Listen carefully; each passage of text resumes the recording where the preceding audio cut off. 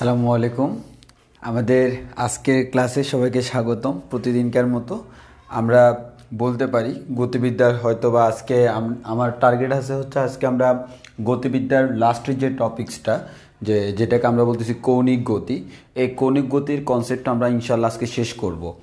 তো যদিও মেইনলি কৌণিক গতির কনসেপ্ট ব্রডলি আমরা ডিসকাস করব হচ্ছে অধ্যায় 4, মানে হচ্ছে এই অধ্যায়ের শুরু আর এই জিনিসটার গুরু হচ্ছে আমাদের অধ্যায় 4 নিউটনীয় বলবিদ্যা। সেখানে আমাকে আরও অনেক কিছু পড়তে হবে। তো আমরা এখানে শুধুমাত্র হচ্ছে আজকে সিম্পল কিছু জিনিস নিয়ে আলোচনা করব। তবে সেখানে আমি তোমাকে একটা কথা বলে রাখি, সেটা হচ্ছে আজকে আমার আলোচনার মূল বিষয়বস্তু হচ্ছে কৌণিক গতি।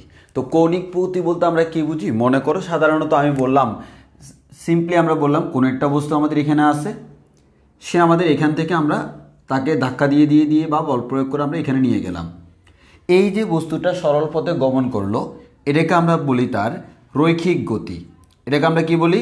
রৈখিক গতি। এই রৈখিক গতিতে বস্তুর তিনটা জিনিস আছে ভাইয়া। বস্তুর এখানে আমরা যদি রৈখিক গতি বলি, রৈখিক গতিকে আমরা ভাইয়া তিনটা জিনিস পাই। একটা হচ্ছে সরণ, আরেকটা হচ্ছে বেগ, আরেকটা হচ্ছে ত্বরণ। একইভাবে ভাইয়া এবার যদি এরকম হয় আমার এই বস্তুটা আর সরল পথে গমন করতেছে না, আমার বস্তুটা গমন করতেছে হচ্ছে বৃত্তাকার পথে, কোনো একটা বিন্দুকে কেন্দ্র করে রোটেট করতেছে। সো আমাদের বস্তুটা এরকম বৃত্তাকার পথে রোটেট করতেছে। আমার যে বস্তুটা সে আমার বৃত্তাকার পথে ঘূর্ণনরত কোনো একটা বস্তু, তাহলে এই বস্তুটা আমার বৃত্তাকার পথে গমন করতেছে। তাহলে আমরা সিম্পলি বলতে পারি ভাইয়া কোনো একটা বস্তু, সাপোজ আমরা ধরে নিলাম সে ইনিশিয়ালি বা প্রাথমিক অবস্থায় এখানে ছিল, এরপর সে এখান থেকে ঘুরতে ঘুরতে ঘুরতে ঘুরতে ঘুরতে ঘুরতে এই পজিশনে আসলো। এই যে গতিটা, এটাকে আমি আর রৈখিক গতি বলবো না, এটাকে আমরা বলবো কৌণিক বা বৃত্তাকার গতি। এটাকে আমরা বলি কৌণিক বা বৃত্তাকার গতি। কৌণিক বা বৃত্তাকার গতি। যখনই আমরা বলবো কৌণিক বা বৃত্তাকার গতি, যেরকম তুমি রৈখিক গতির ক্ষেত্রে তুমি তিনটা জিনিস পাইছিলা, সরণ, বেগ, ত্বরণ, এখানেও সিমিলারলি তুমি তিনটা জিনিস পাবা। যে তিনটা জিনিস পাবা তাদের নাম হচ্ছে কৌণিক সরণ। কৌণিক সরণ, যদিও কথাগুলো আমি ভেক্টরের মধ্যে বলছিলাম, আমার প্রয়োজন ছিল মেইনলি এখানকার কনসেপ্ট। কৌণিক সরণ, কৌণিক বেগ, কৌণিক ত্বরণ। কৌণিক ত্বরণ। আমরা এখানে সরণকে প্রকাশ করতাম ভাইয়া সিম্পলি এস বা এক্স দ্বারা। আমরা সরণকে এস দ্বারা প্রকাশ করতাম, বেগকে বি দ্বারা, ত্বরণকে এ দ্বারা। এখানে সরণকে আমরা প্রকাশ করি হচ্ছে থিটা দ্বারা, কৌণিক বেগকে প্রকাশ করি হচ্ছে ওমেগা দ্বারা, কৌণিক ত্বরণকে প্রকাশ করি হচ্ছে আলফা দ্বারা। তো অনেকে তোমাকে যে জিনিসটা করবে, রৈখিক গতি এবং কৌণিক গতির প্রথমে পার্থক্যটা পড়াবে, সেটা আমিও পড়াবো। What is the difference between this two things, এই দুইটার মধ্যে ডিফারেন্সটা কোন জায়গায়, সেটা আমরা অলরেডি বলছি। বস্তু যখন সরলরৈখিক পথে গমন করতেছে, এটা হচ্ছে আমাদের রৈখিক গতি।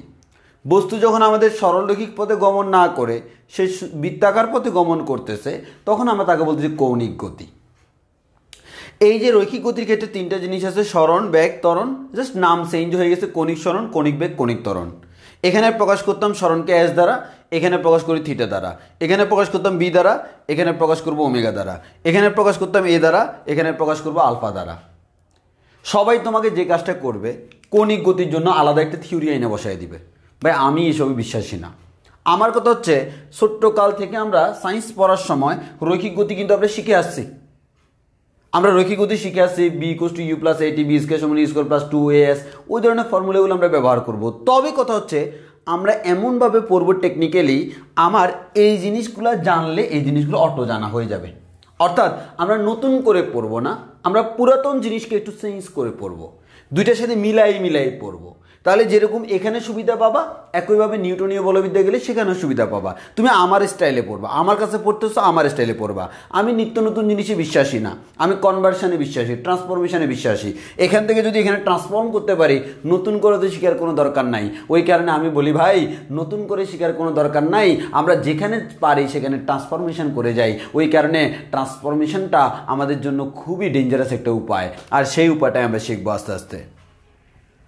তো তাহলে আমরা প্রথমত আমরা এখন আমাদের ক্লাস শুরু করব। এখন আমি আসলে ক্লাস শুরু করি নাই। আমাদের ক্লাসে প্রথমে আমি জাস্ট ইন্ট্রোডাকশন দিচ্ছিলাম, এগুলো আমরা আমাদের ভেক্টরের মধ্যেও বলছিলাম। তো বলো তোমরা, প্রথমত আমরা তোমাদের খোঁজ খবর নিয়ে নিই, তোমাদের কি অবস্থা, তোমরা একটু বলো তোমাদের কি অবস্থা। এরপর আমরা শুরু করবো আস্তে। এটা আমাদের মধ্যে যারা জয়েন করছে, আর কেউ যদি জয়েন না করে থাকে তাকে মেনশন করে দাও যাতে করে আর্লি জয়েন করতে পারে। এখন আমরা আমাদের পুরোদমে আমাদের লেকচার শুরু করব। আমাদের লেসনটা আমরা পুরোদমে শুরু করব, আমরা সিকোয়েন্সিয়ালি শুরু করব।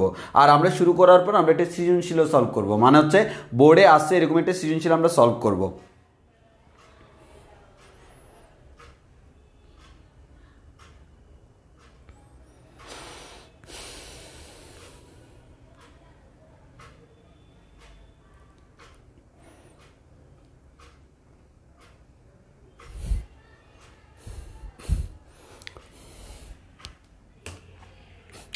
হ্যাঁ, তোমরা বলো ঠান্ডা লাগতেছে।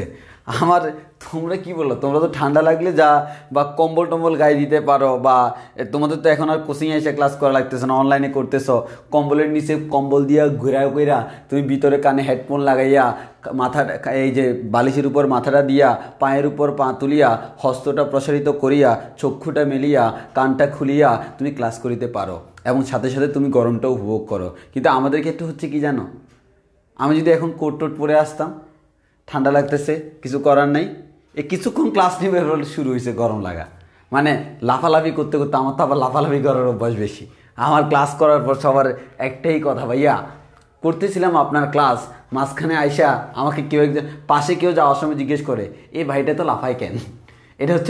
এটা হচ্ছে বৈশ্বিক কথা। তো সেই কারণে হচ্ছে তোমার লাফালাফি যে করতেছি, লাফালাফি করার জন্য একটু এনার্জি কনজিউম হয়। বিজ্ঞান আমাদেরকে বলে, যখন আমাদের এনার্জি কনজিউম হয় সেখান থেকে শক্তির কোনো সৃষ্টি বা বিনাশ নাই, এটা শুধুমাত্র এক অবস্থা থেকে অন্য অবস্থায় রূপান্তর হয়। ওই কারণে আমি যে এনার্জি কনজিউম করতেছি, এক্ষেত্রে আমার গায়ে থেকে উষ্ণ ভাব বের হয়, এখানে আমার গরম গরম ভাব বের হয়। ওই কারণে ব্যাডমিন্টন খেলাটা শীতকালেই খেলতে হয়, গরমকালে খেলার জন্য আমার ব্যাডমিন্টন নয়।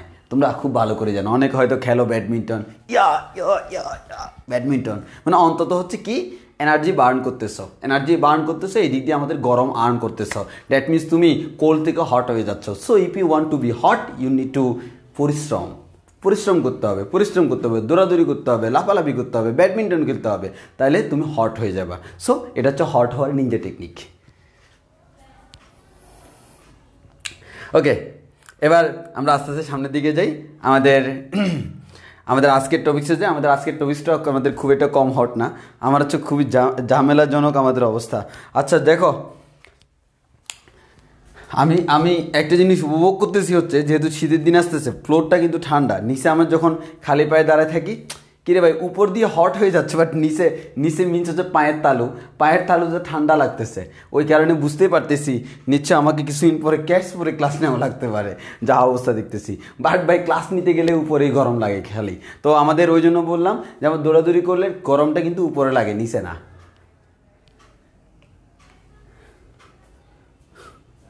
আমাদের বাঙালি জাতির একটাই স্বভাব ভাই, হট মানে হচ্ছে গরম।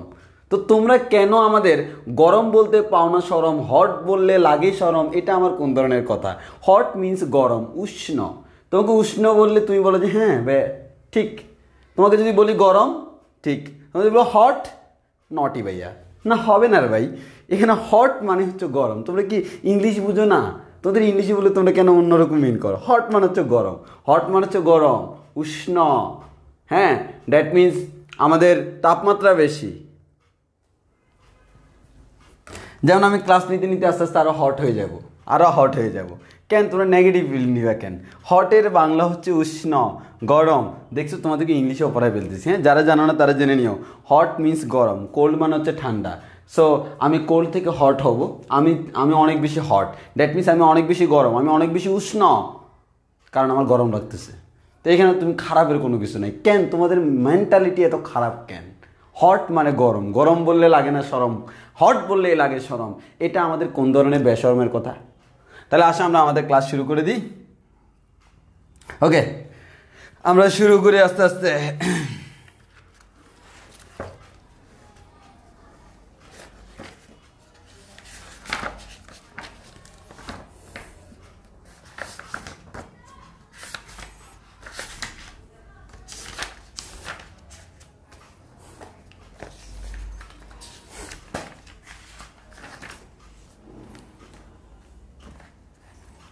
ওকে,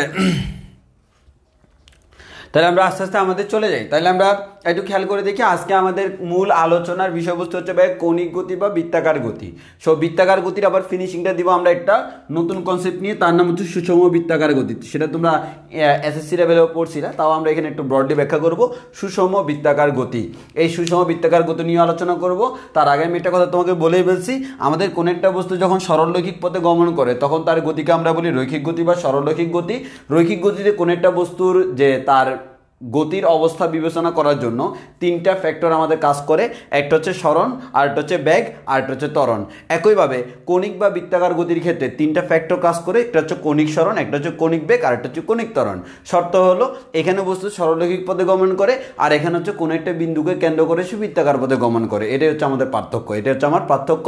এটা একটা হচ্ছে সরলরৈখিক, আরেকটা হচ্ছে আমার বক্রপথে গমন করে, তবে কোনো একটা বিন্দুকে কেন্দ্র করে সে বৃত্তাকার পথে গমন করে। এক্ষেত্রে আমার তিনটা জিনিস পাবো, কৌণিক সরণ, কৌণিক বেগ, কৌণিক ত্বরণ। এবং আমরা বলবো এখানে যেভাবে ডেফিনেশন দিয়েছিলাম এখানে সেম স্টাইলে ডেফিনেশন দিব।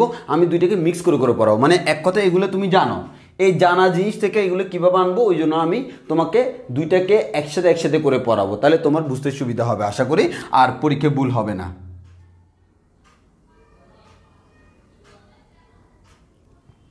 ওকে, বলো তাহলে আমরা শুরু করবো কিনা? বলো দেখি তোমরা কি পরিমাণ অ্যাক্টিভ আছো। শুরু করবো কিনা বলো, শুরু করতে পারি কিনা, শুরু করতে পারি কিনা?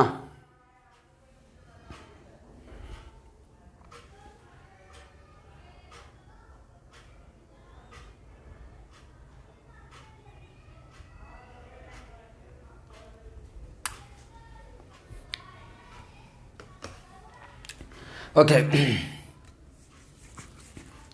তাহলে আমাদের মূল আলোচনার বিষয়বস্তু হচ্ছে ভাইয়া, আমাদের আজকে হচ্ছে বৃত্তাকার গতি বা কৌণিক গতি, আমাদের বৃত্তীয় বা বৃত্তাকার গতি, এই গতি নিয়ে আমরা আজকে আলোচনা করব। তাহলে আমি আস্তে আস্তে শুরু করি, একবারে গোড়া থেকে আমি শুরু করব।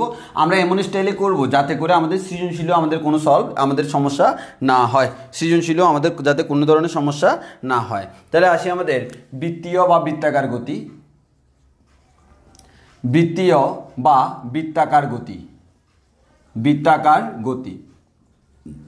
তাহলে আমরা বৃত্তীয় বা বৃত্তাকার গতি বলতে আমরা এটাই বুঝি, কোনো একটা বিন্দুকে কেন্দ্র করে কোনো একটা বস্তু যখন আমাদের বৃত্তাকার পথে গমন করে তখন আমি তাকে বলি বৃত্তীয় গতি। আই রিপিট এগেন, কোনো একটা বিন্দুকে কেন্দ্র করে কোনো একটা বস্তু যখন বৃত্তাকার পথে গমন করে, ফ্রি হ্যান্ডে বৃত্ত আঁকা খুব টাফ, হয়েছে বৃত্ত জানি না, হয়েছে মোটামুটি, খারাপ না।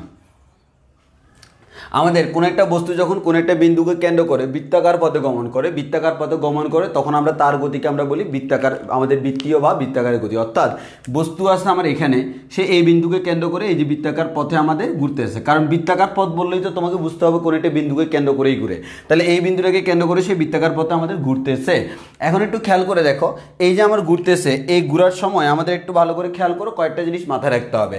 প্রথম কথা হচ্ছে আমার বস্তুর ইনিশিয়াল পজিশন হচ্ছে এটা, অর্থাৎ শুরুতে সে এখানে ছিল, কোনো একটা বস্তু আমাদের শুরুতে এখানে ছিল। যদি শুরুতে আমার এখানে থাকে, এই পজিশনটাকে আমরা বলতেছি এ পজিশন। অর্থাৎ আমাদের এমন একটা বস্তু আমরা নিলাম যে বস্তুটার ইনিশিয়াল পজিশন হচ্ছে এ, মানে এখান থেকে সে যাত্রা আরম্ভ করতেছে।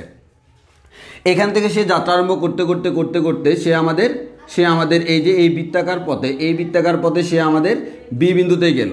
তাহলে আমরা বললাম আমরা এমন একটা বস্তুর কথা বলতেছি যে কি করতেছে, যে আমাদের বৃত্তাকার পথে এ বিন্দু থেকে বি বিন্দুর দিকে যাচ্ছে, এ বিন্দু থেকে বি বিন্দুর দিকে বৃত্তাকার পথে যাচ্ছে। এই পথে সে এ থেকে আমার বি এর দিকে যাচ্ছে, এটা হচ্ছে আমাদের এ থেকে বি এর দিকে যাচ্ছে কোনো একটা বস্তু। তাহলে আমার এই বস্তুটা এ বিন্দু থেকে বি বিন্দুতে গেল, তাহলে এ হচ্ছে তার স্টার্টিং পয়েন্ট, বি হচ্ছে তার এন্ডিং পয়েন্ট। তাহলে একটু খেয়াল করো, এ হচ্ছে তার স্টার্টিং পয়েন্ট, বি হচ্ছে তার এন্ডিং পয়েন্ট। এটা হচ্ছে আমাদের বস্তুটা। এখন একটু ভালো করে খেয়াল করে দেখো, আমি যদি বলি এখন তোমাকে এ থেকে বিতে যাওয়ার কারণে এ থেকে বি এর যে দৈর্ঘ্যটা, মানে হচ্ছে এ থেকে এই যে এ ডটের যে দৈর্ঘ্যটা, এই যে ডটের দৈর্ঘ্য, এটাকে আমরা বলি হচ্ছে বৃত্তচাপ। এই যে এ বি, এটাকে আমরা বলতেছি বৃত্তচাপ, এবং এটাকে আমরা বলি এস দ্বারা প্রকাশ করি। এবং সে কেন্দ্রে যে কোণটা উৎপন্ন করলো তাকে আমরা বলতেছি থিটা। তাহলে যখন এটা থিটা, তার জন্য বৃত্তচাপ হচ্ছে আমাদের এস, এবং কোণটা হচ্ছে থিটা। এখন আমরা যদি বলি ভাইয়া সে আমার এ থেকে বিতে গেল, এ থেকে বি এর যে দৈর্ঘ্যটা তাকে আমরা বলি হচ্ছে ভাইয়া, এ বিটাকে আমরা বলতেছি হচ্ছে ভাইয়া বৃত্তচাপের দৈর্ঘ্য। এ বিটাকে আমরা কি বলতেছি ভাইয়া, বৃত্তচাপ বা বৃত্তচাপের দৈর্ঘ্য বলা যায়, বৃত্তচাপের দৈর্ঘ্য। এবং এই এবিটাকে আমরা বলতে পারি এ থেকে বি বিন্দুতে গেল। আচ্ছা আমরা বলি কোন একটা বস্তু এখান থেকে ওইখানে গেল, তাহলে সে যে পথে যতটুকু দূরত্ব অতিক্রম করলো তাকে আমরা বলি কি অতিক্রান্ত দূরত্ব। তাহলে আমরা বলতে পারি এ থেকে যে বিতে গেল, এই এবিটাকে আমরা বলি তার অতিক্রান্ত দূরত্ব।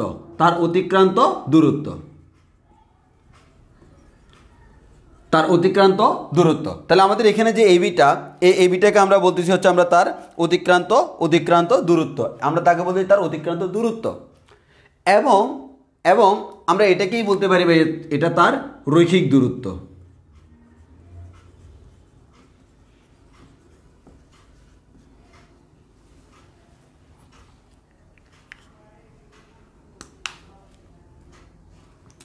এবার তুমি বলতে পারো ভাইয়া আপনি যে বলতেছেন এটাকে রৈখিক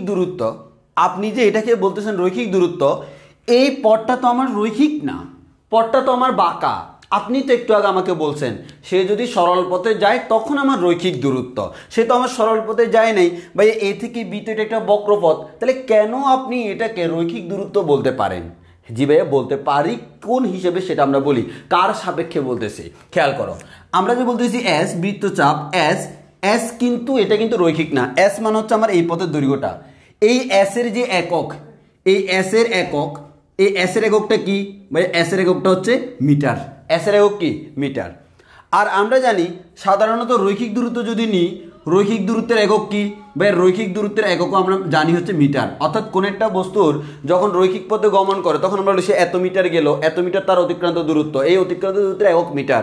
যেহেতু এটার এককও মিটার, সো আমরা আমাদের সুবিধার্থে এই বৃত্তচাপটাকেই আমরা মেইনলি কি ধরে নিচ্ছি, রৈখিক দূরত্ব ধরে নিচ্ছি, কারণ হচ্ছে দুইজনের একক কি সেম, ওই কারণে অনেক সময় এ থেকে বি বিন্দুর যে অতিক্রান্ত দূরত্ব, এই অতিক্রান্ত দূরত্বটাকে আমরা রৈখিক দূরত্ব হিসেবে কাউন্ট করতে পারি। আমরা অনেক সময় এটাকে এভাবে কাউন্ট করতে পারি, এটা হচ্ছে আমাদের এস। একটু বুঝছি কিনা বলো,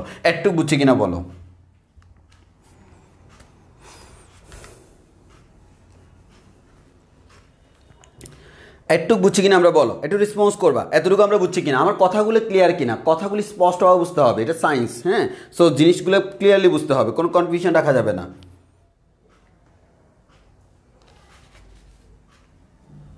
তাহলে আমি আবারও বলতেছি এটা আমার বক্রপথ। তোমরা আমাকে প্রশ্ন করতেই পারবে এটা বক্রপথ, কেন আপনি রৈখিক দূরত্ব বলতেছেন? কারণ কি, আমার বক্রপথ হইলেও এককটা যেহেতু সেম, রৈখিক দূরত্বের এককও মিটার, আমাদের বৃত্তচাপের এককও মিটার, ওই কারণে দুইটাকে আমি সমতুল্য বিবেচনা করতেছি। যদিও কণিকের ক্ষেত্রে এটার আমার কোনো কাজ নাই, ওই কারণে আমার কোনো সমস্যাও নেই। এখন আসি, তাহলে কথাটা ক্লিয়ার থাকতে হবে কেন বলতেছি। এবার আসো, আমাদের এখানে আমরা যে জিনিসটা নিয়ে আলোচনা করব সেটা হচ্ছে আমাদের ভাইয়া, আমাদের এখানে এটা তো রৈখিক দূরত্ব ভাইয়া, এটা তো আমার রৈখিক দূরত্ব, কিন্তু বস্তু যখন বৃত্তাকার পথে গমন করে তখন তার কৌণিক দূরত্ব বলে একটা কথা আছে। তার যে কৌণিক দূরত্ব বা আমরা বলতে পারি কৌণিক সরণ, কৌণিক দূরত্ব বা কৌণিক সরণ, এটা দ্বারা বুঝে আসলে সে এ থেকে বিতে যাওয়ার কারণে কেন্দ্রের সাপেক্ষে কতটুকু কোণে সরে গেল, কতটুকু কোণে সরে গেল, কতটুকু কোণে সরে গেল। তাহলে আমরা বলতে পারি ভাইয়া থিটা কোণে সরে গেল, থিটা কোণে সরে গেল। এই যে থিটা কোণে সরে গেল, এই থিটাটাকে আমরা বলি তার কৌণিকী দূরত্ব বা কৌণিক সরণ, তার কৌণিকী দূরত্ব বা কৌণিক সরণ বলতেছি, তার কৌণিক দূরত্ব বা কৌণিক সরণ বলতেছি। তাহলে আমরা এখান থেকে কি বুঝলাম, কোন একটা বস্তু যখন কোন একটা বিন্দুর সাপেক্ষে বৃত্তাকার পথে গমন করে, সে ইনিশিয়ালি আমাদের এই বিন্দুতে ছিল অ্যান্ড ফাইনালি তাকে আমার এই বিন্দুতে পাওয়া গেল। তাহলে এখান এ থেকে বিতে যাওয়ার কারণে তার কেন্দ্রের সাপেক্ষে সরণ, কেন্দ্রের সাপেক্ষে সরণ, কেন্দ্রের সাপেক্ষে সরণ, দিস ইজ কল্ড কৌণিক সরণ। এই কৌণিক সরণটা হচ্ছে থিটা, তার কৌণিক সরণ কত? থিটা। এবং সে যে বৃত্তাকার ব্যাসার্ধ, বৃত্তাকার পথে গমন করে, ওই বৃত্তাকার পথের ব্যাসার্ধ হচ্ছে আর, ওই বৃত্তাকার পথের ব্যাসার্ধ হচ্ছে আর। তাহলে আমরা অলরেডি জেনে গেছি, একজন বলতেছে আটকে গেছে, আটকে নেই, আমার এখানে চলতেছে খুব সুন্দরভাবে স্মুথলি, তোমার এখানে হয়তো নেটে হালকা প্রবলেম করছে, বের হয়ে আবার ডুকু ঠিক হয়ে যাবে। তাহলে আমাদের এ থেকে বিতে গেল, মাঝখানে কেন্দ্রে যে কোণটা উৎপন্ন করলো, এই থিটাটাকে আমরা বলি তার কৌণিকী দূরত্ব বা কৌণিক সরণ। কি বলতেছি? কৌণিক দূরত্ব বা কৌণিক সরণ। তাহলে আমরা কৌণিক সরণের একটা ডেফিনেশন দিয়ে দিতে পারি। কোনো আমাদের কৌণিক সরণ যেটা, এই কৌণিক সরণের ডেফিনেশন আমরা এভাবে দিতে পারি, কোন একটা বস্তু যখন কোন একটা বিন্দুকে কেন্দ্র করে বৃত্তাকার পথে গমন করে, তখন তার সরণের জন্য সে যে পরিমাণ বৃত্তচাপ উৎপন্ন করলো, ওই বৃত্তচাপ কেন্দ্রে যে কোণটা উৎপন্ন করে, এই বৃত্তচাপটা কেন্দ্রে যে কোণটা উৎপন্ন করলো, সেই কোণটাকে আমরা বলতেছি তার কৌণিক সরণ বা কৌণিক দূরত্ব। এখন আসি ভাই, কৌণিক সরণের একক কি?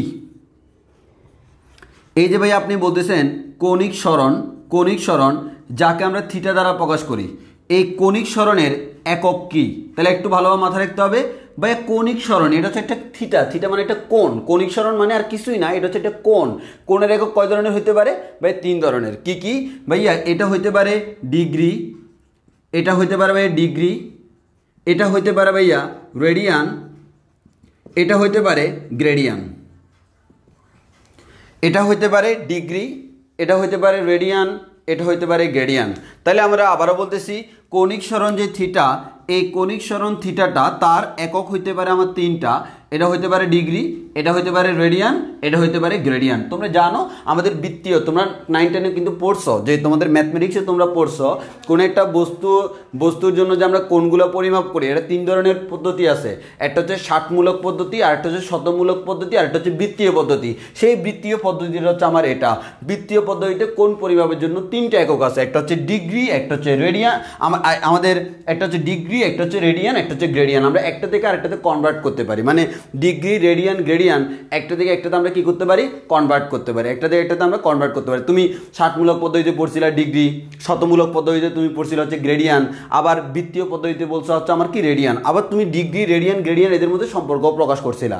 তো এখন আমার কথা হচ্ছে ভাইয়া, একটু ভালো করে খেয়াল করো, আমরা এখানে যখন আমার মেইন পার্সপেক্টিভ হচ্ছে ভাই ম্যাথ করা, ম্যাথ করার সময় আমি কোন একক ব্যবহার করব? তাহলে আমরা এই রেডিয়ানটাকে আমরা বলি তার এসআই একক, রেডিয়ানটাকে আমরা তার কি বলি ভাই? এটাকে আমরা বলি তার এসআই একক। অর্থাৎ আমরা জানি আমাদের কৌণিক সরণের একক আছে 3টা, ডিগ্রি, রেডিয়ান, গ্রেডিয়ান, কিন্তু ম্যাথ করার সময় আমরা কোন একক ব্যবহার করব? অবশ্যই আমরা রেডিয়ান একক ব্যবহার করব। কোন একক ব্যবহার করব? অবশ্যই রেডিয়ান একক ব্যবহার করব। তোমাকে দেওয়া আছে 60 ডিগ্রি, তুমি 60 ডিগ্রিটাকে কি করবা? রেডিয়ানে কনভার্ট কনভার্ট করে নিবা। ভাই আমরা জানি 1 ডিগ্রি সমান 5/180 রেডিয়ান, তাহলে আমরা এখান থেকে বলতে পারি সিম্পল ভাইয়া আমাকে দেওয়া আছে থিটা সমান হচ্ছে 60 ডিগ্রি, তো আমি কিন্তু এভাবে ম্যাথ করব না, আমাকে ম্যাথ করতে হলে রেডিয়ানে করতে হবে। তাহলে 60 ইন্টু 1 ডিগ্রি সমান হচ্ছে 5/180, তাহলে 60 ইন্টু 5/180 রেডিয়ান, এর মানে এটাকে আমরা বলি হচ্ছে 5/3 রেডিয়ান। তাহলে আমাদের 60 ডিগ্রি যে কথা 5/3 রেডিয়ানও সেম কথা। আমরা কখনো এই ডিগ্রিতে ম্যাথ করব না, আমাকে অবশ্যই এই প্রসেসে ম্যাথটা করতে হবে। এটা হচ্ছে আমার এসআই একক। তাহলে ম্যাথ করার সময় থিটা কোন এককে রাখবো 5/3, থিটা কোন এককে রাখবো আমাদের রেডিয়ান এককে রাখবো, রেডিয়ান এককে। এবং তোমরা সবাই যে ভুলটা করো ভাইয়া পাইয়ের মান, এই পাইয়ের মান নিয়ে তোমরা অনেকে ঝামেলায় পড়ো। ভাই পাইয়ের মান কি আমি 180 ডিগ্রি বসাবো নাকি আমি 3.1416 বসাবো? সিম্পল হিসাব ভাইয়া, তুমি যখন পাইয়ের মান ডিগ্রি হিসেবে কাউন্ট করবো তখন পাই মান হচ্ছে 180 ডিগ্রি। যেমন পাইয়ের মান যদি আমি 180 বসাই, 180 ডিগ্রি, কিন্তু 180 ডিগ্রি ডিভাইড বাই 3 কাটাকাটি করলে হয় কত? 60। দেখো এটা 60 ডিগ্রি। আর তোমাকে যখন রেডিয়ানে পরিমাপ করবা তখন পায়ের মান কিন্তু ডিগ্রি না, পায়ের মান হচ্ছে 3.1416। সো যখন আমরা রেডিয়ান আমরা ম্যাথ করতেছি তখন কিন্তু আমরা পায়ের জায়গায় কত বসাবো? পায়ের জায়গায় হচ্ছে 3.1416 বসাবো। ভালো করে খেয়াল করো। তাহলে আমরা ম্যাথ করার সময় পায়ের মান 3.1416 বসাবো। যেমন তোমরা 9 10 কিন্তু ম্যাথ করার ক্ষেত্রে তোমরা কিন্তু ওই ধরনের ম্যাথগুলা s = r থিটা ওয়ালা কতগুলো ম্যাথ ছিল না ভাইয়া? s = r theta. ভাই এই ধরনের ম্যাথে আমরা আর বসাইতাম ইন্টু থিটা, যখন বসাইতাম আমরা ক্যালকুলেশন করে এটা কিন্তু রেডিয়ান এককে বসাইতাম। কেন রেডিয়ান এককে বসাইতাম? কারণ এটা একটা দূরত্ব মিন করে, এস একটা দূরত্ব মিন করে, কোনো কোণ মিন করে না। তাহলে আর এর সাথে থিটাটা গুণ করলে আমি একটা দূরত্ব পাবো, আর দূরত্ব পাওয়ার জন্য আমাকে রেডিয়ান একক ব্যবহার করতে হবে। আর রেডিয়ান এককে পায়ের মান হচ্ছে 3.1416। ওই কারণে দেখবা এই ধরনের ম্যাথগুলোতে আমি প্রথমে তাকে পাইতে কনভার্ট করতাম, তারপর পায়ের মান আমরা বসাইতাম 3.1416। তাহলে আমি আবারও বলতেছি ভাইয়া, পাই যখন কোন একটা কোণ মিন করতেছে, কোণ খালি আমরা কোণ চিন্তা করতেছি, তখন আমরা সিম্পলভাবে ডিগ্রিতে করতে পারি। কিন্তু আমরা যখন বিভিন্ন দূরত্ব বের করার জন্য ম্যাথে করব তখন আমাকে সবসময় এসআই পদ্ধতি ব্যবহার করতে হবে। এসআই পদ্ধতিতে কোন একক ইউজ করবো? রেডিয়ান একক। আর রেডিয়ানের জন্য পায়ের মান কি বসাবো? 3.1416। বলো ভাইয়া আমাদের এতটুকু কথা ক্লিয়ার কিনা? আমাকে একটু বলো। এতটুকু পর্যন্ত কথাগুলো ক্লিয়ার কিনা? আমাকে একটু বলো।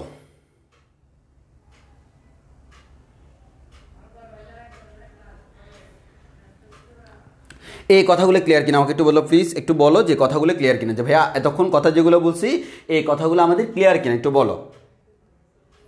আমি কিন্তু একটু স্পেসিফিক তোমাদের কোন জায়গায় ভুল হইতে পারে, তোমরা যেসব জায়গায় ভুল করো সেগুলো আমি বলে যাচ্ছি। না হয় তুমি নিজেই চিন্তা করো, তোমার হয়তো তুমি আমাকে যে প্রশ্নটা করবা চিন্তা করছিলা, দেখবে সেটা আমি আনসার দিয়ে দিচ্ছি অলরেডি। এই ধরনের প্রশ্নগুলো তুমি আমাকে করতে অবশ্যই করা উচিত, আসলে না করলেও করা উচিত ছিল। ওকে ওকে ওকে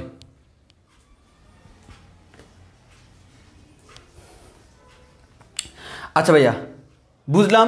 তাহলে আমাদের কৌণিক সরণের একক হচ্ছে আমার ডিগ্রি, রেডিয়ান, গ্রেডিয়ান। এবার আসে ভাইয়া কৌণিক সরণ কীভাবে বের করব? তাহলে ভাইয়া কৌণিক সরণ আমরা কীভাবে বের করব? সিম্পল হিসাব হচ্ছে ভাইয়া কৌণিক সরণ বের করার ফর্মুলা হচ্ছে ভাইয়া থিটা ইকুয়ালস টু হচ্ছে আমরা জানি s ডিভাইডেড বাই r। কোত্থেকে পাইলাম?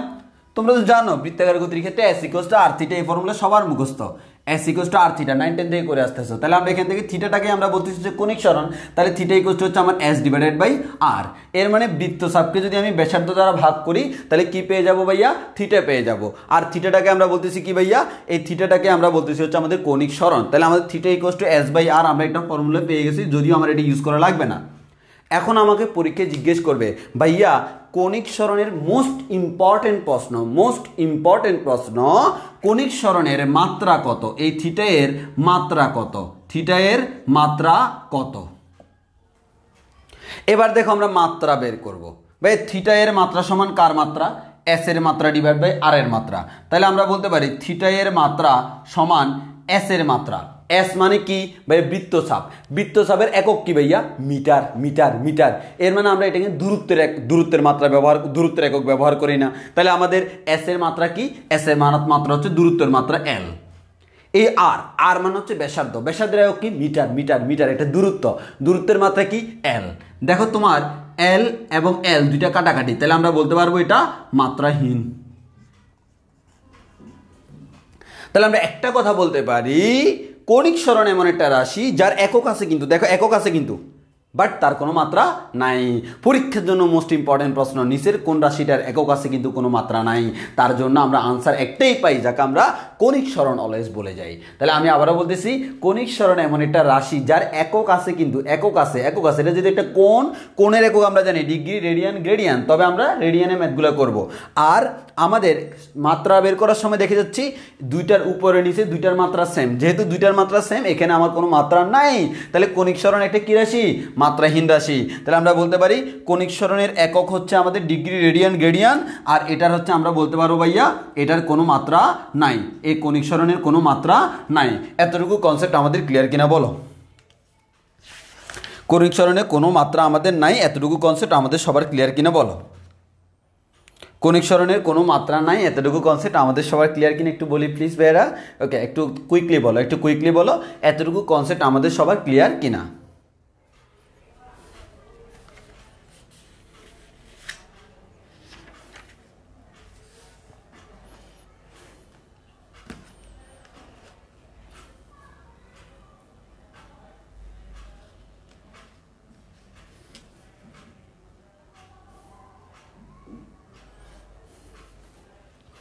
ওকে,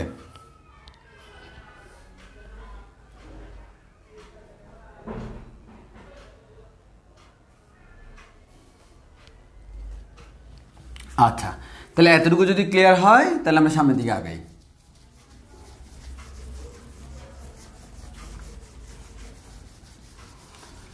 যদি সামনের দিকে আগাই এবার কি পাবো দেখো। এবার হচ্ছে পরীক্ষায় তোমাকে কনিক সরণ কখনো বলবে না এত ডিগ্রি বা এত রেডিয়ান, তোমাকে বললো কোনো একটা বস্তু বা কোনো বস্তু তার কনিক সরণ তার কনিক যে সরণটা তার কনিক সরণের সমান হচ্ছে 3 ReV। এই 3 ReV মানে হচ্ছে তার রেভুলেশন বা ঘূর্ণন, তাহলে আমাদের 3 রেভুলেশন মানে হচ্ছে 3 বার সে ঘূর্ণন করলো। এক রেভুলেশন মানে হচ্ছে একটি পূর্ণ ঘূর্ণন, রেভুলেশন মানে কি? ঘূর্ণন। তাহলে আমাদের 3 রেভুলেশন মানে কি? 3 বার ঘুরলো। 3 বার ঘুরলো মানে কি? কোন একটা বিন্দুকে কেন্দ্র করে সে 3 বার ঘুরলো। সে কয়বার ঘুরলো? 3 বার ঘুরলো। তাহলে আমরা বলতে পারি 3 ReV, তোমাকে জাস্ট দিবে হচ্ছে 3 ReV। তাহলে ReV মানে হচ্ছে রেভলিউশন। তাহলে আমরা এখান থেকে বলতে পারি এটার মিনিং হচ্ছে 3 রেভলিউশন, বা আমরা বলতে পারি 3 ঘূর্ণন। তাহলে তোমাদের পরীক্ষায় দেখা যায় যখন এই ধরনের কনসেপ্ট দেয় তোমরা ভুল করে ফেলো। ভাইয়া ম্যাথ করার সময় তোমাকে ডিরেক্টলি বলবে না, তোমাকে বলবে কোন একটা বস্তু 3 বার ঘুরে 3 রেভলিউশন ঘূর্ণন দেয়, তার কনিক সরণ 3 রেভলিউশন। এই 3 রেভলিউশন মানে কি? 3 রেভলিউশন মানে হচ্ছে ভাইয়া কোন একটা বিন্দুকে কেন্দ্র করে সে কয়বার ঘুরলো? সে 3 বার ঘুরলো। কয়বার ঘুরলো? 3 বার ঘুরলো। তো এই জিনিসটা বোঝার জন্য ভাইয়া আমরা প্রথমে বুঝবো হচ্ছে 1 ঘূর্ণন বা 1 রেভলিউশন নিয়ে আমরা আলোচনা করি। একবার ঘূর্ণন নিয়ে আমরা আলোচনা করি। একবার ঘূর্ণন মানে কি? ভাই কোন একটা বস্তু সে বৃত্তাকার পথে গমন করতেছে, সে আমাদের ভাইয়া এখান থেকে যাত্রা আরম্ভ করলো, এখান থেকে যাত্রা আরম্ভ করে সে পুরা পথটা এভাবে অতিক্রম করে করে করে করে করে করে করে করে করে করে করে করে করে করে করে করে করে আবার এখানে আসলো।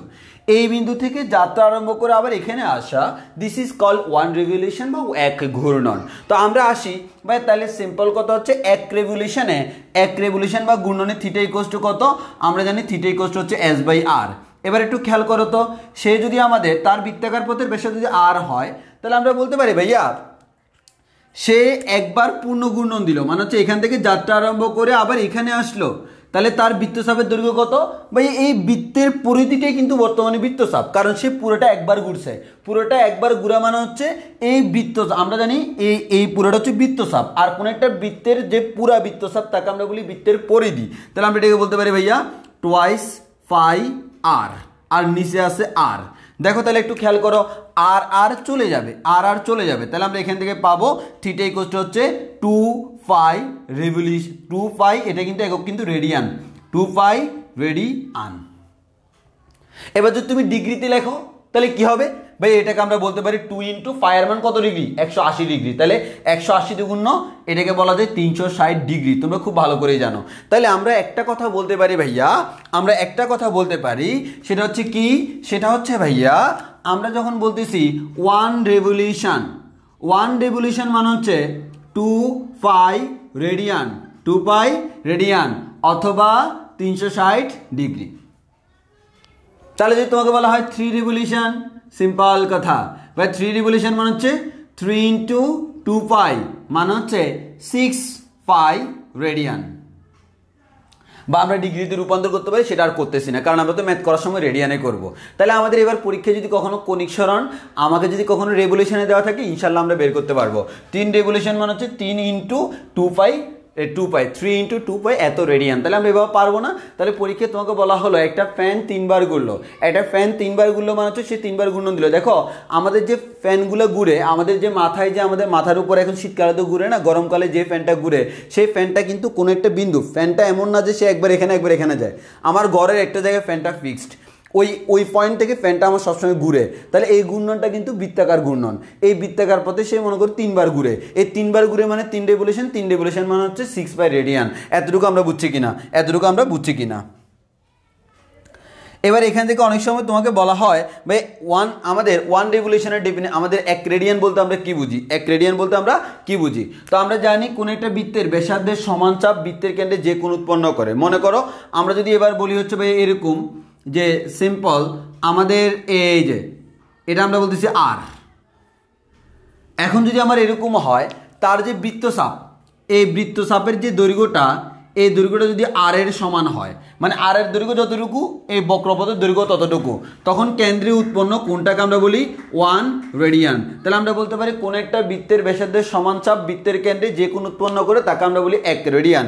এবার অনেক সময় পরীক্ষায় তোমাকে বলা হয় ভাই 1 রেডিয়ান সমান কত ডিগ্রি, তাহলে আমরা এখান থেকে সুন্দর করে বলতে পারি ভাই এখান থেকে দেখো না 2 পাই রেডিয়ান যে কথা, 360 ডিগ্রি বলো সেম কথা, তাহলে আমরা এখান থেকে বলতে পারি 1 radian equals to 360 degree divide by 2 pi. এবার তুমি পায়ের মান বসাই দাও, 3.1416, যেহেতু ফাইটা রেডিয়ান এককে, তাহলে আমরা এখান থেকে পাবো 1 radian equals to 360 degree divide by 2 pi, মান আসবে 57.3 ডিগ্রি। তাহলে আমরা বলতে পারি 1 রেডিয়ান সমান হচ্ছে, মানে মোটামুটি এটার কাছাকাছি একটা মান পাবো, 1 রেডিয়ান মান হচ্ছে 57.3 ডিগ্রি, এই মানটা আমাকে মুখস্থ করে ফেলতে হবে। 1 রেডিয়ান সমান হচ্ছে 57.3 ডিগ্রি, এই মানটা আমরা ইনশাআল্লাহ মুখস্থ রাখবো। 1 রেডিয়ান সমান 57.3 ডিগ্রি, এই মানটা আমাকে মুখস্থ রাখতে হবে, মানটা মুখস্থ রাখতে হবে। বলো একটু ক্লিয়ার কিনা?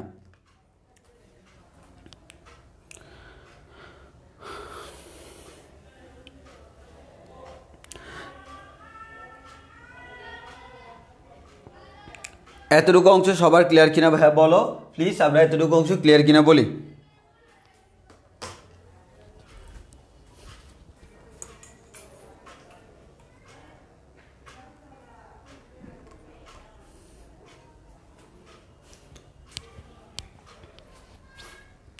ওকে, তাহলে কণিক সরণ আমাদের এতটুকুতে আমাদের কণিক সরণ শেষ। তাহলে আমরা এখান থেকে ফিনিশিং একটা লাইন লিখব, সেটা হচ্ছে এস ও থিটা এদেরকে আমরা বলতে পারি সমতুল্য। জাস্ট পার্থক্য কোন জায়গায় ভাইয়া, এসটাকে আমরা বলতেছি রৈখিক সরণ।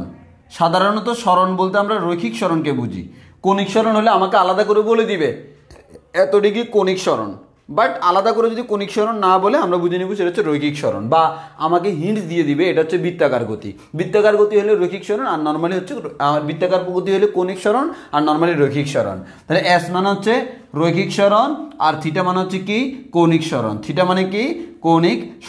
তাহলে আমরা একটা কথা বলতে পারি ভাইয়া, রৈখিক গতির ক্ষেত্রে আমরা যাকে থিটা বলি, কৌণিক গতির ক্ষেত্রে আমরা তাকে কি, রৈখিক গতির ক্ষেত্রে যাকে আমরা এস বলি, কৌণিক গতির ক্ষেত্রে তাকে আমরা থিটা বলি। রৈখিক গতির ক্ষেত্রে যাকে আমরা এস বা রৈখিক সরণ বলি, কৌণিক গতির ক্ষেত্রে তাকে আমরা থিটা বা কৌণিক সরণ বলি। তাহলে এতটুকু ক্লিয়ার কিনা বলো তো? রৈখিক গতির ক্ষেত্রে যাকে আমরা এস বলি, কৌণিক গতির ক্ষেত্রে আমরা তাকে থিটা বলি। এতটুকু ভাই সবার ক্লিয়ার কিনা?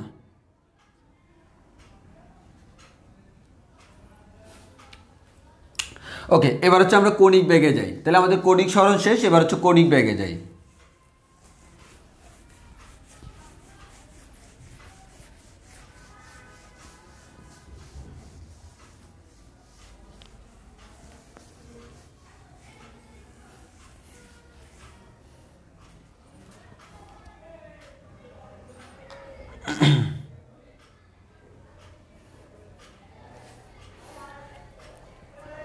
ওকে, এবার আসি ভাইয়া আমরা কৌণিক বেগে যাই। কৌণিক বেগটাকে আমরা ওমেগা দ্বারা প্রকাশ করি।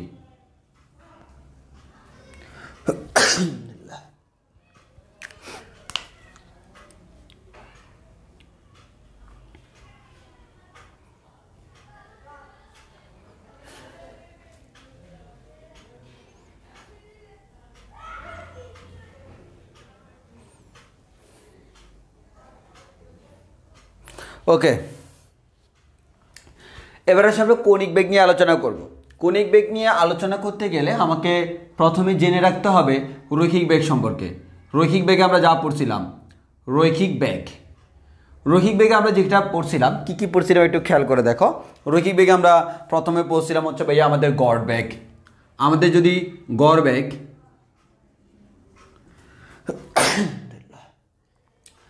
আমাদের যে গড় বেগ, এই গড় বেগটাকে আমরা প্রকাশ করেছি রৈখিক বেগের ক্ষেত্রে আমরা গড় বেগ বি বার ইকুয়ালস টু আমরা বলছিলাম ভাই আমাদের delta S divided by delta T, অর্থাৎ টোটাল সরণটাকে টোটাল সময় দ্বারা ভাগ করলে আমরা গড় বেগটা পেয়ে যেতাম। এরপর আমরা যে কাজটা করছিলাম ভাইয়া, আমাদের এক্স্যাক্টলি কোনো একটা পয়েন্টে যদি বেগ পাইতে হয় তাহলে আমাদের কী করতে হয়, এই যে delta S divide by delta T, এটাকে আমাদের ক্যালকুলাসে রূপান্তর করতে হয়। ক্যালকুলাসে রূপান্তর করার নিয়ম কি, আমরা বলছিলাম লিমিট করে দিতে হবে। তাহলে limit delta T tends to 0, এই ডেল্টা টি এর মানটা কী হইতে হবে, শূন্যের কাছাকাছি। যখন ডেল্টা টি এর মান, দেখো আমরা যদি বলি 3 সেকেন্ডে তার সরণ হয় এতটুকু, এটা দ্বারা কিন্তু আমি বুঝলাম সময় গেছে টোটাল 3 সেকেন্ড, সরণ হয়েছে টোটাল 5 মিটার। 3 সেকেন্ডে সরণ হলো 5 মিটার। এখান থেকে ব্যাগ যদি বের করো, এটা কিন্তু কোনো একটা স্পেসিফিক জায়গার ব্যাগ না, এটা কিন্তু 3 সেকেন্ডের ব্যাগ। এটা কিন্তু 3 সেকেন্ডের ব্যাগ। 3 সেকেন্ডে তো ব্যাগটা পরিবর্তন হইতেই পারে, 3 সেকেন্ডে এলোমেলো হইতেই পারে। এটা কিন্তু অ্যাভারেজ ভ্যালোসিটি। যদি তোমাকে স্পেসিফিক এই পয়েন্টে ভ্যালোসিটি কত বলে, তাহলে ওই পয়েন্টে চিন্তা করতে হবে। আর ওই পয়েন্টে চিন্তা করতে হলে এক্স্যাক্টলি ওই টাইম মানে কি, ওই ক্ষুদ্র টাইমটা মানে হচ্ছে এক্স্যাক্টলি ওই মুহূর্তে। তো কোনো একটা মুহূর্তের ব্যাগ বলতে আমরা বলছি টেন্ডস টু 0, সময়টা শূন্যের কাছাকাছি, মানে হচ্ছে ওই মুহূর্তে এটাকে আমরা বলি হচ্ছে তার ব্যাগ।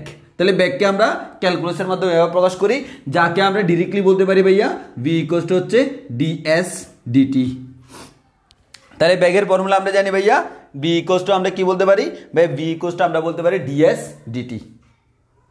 ওকে ওকে, তাহলে আমরা ঠিক সেম কাজটা এখানে করব, সেটা হচ্ছে কি ভাইয়া কৌণিক ব্যাগ। তাহলে আমরা যদি বলি ভাইয়া ব্যাগ মানে, দেখ আমি তোমাকে দুইটা কম্পেয়ার করে বলি। ব্যাগ মানে কি, সময়ের সাথে সাথে সরণের পরিবর্তন।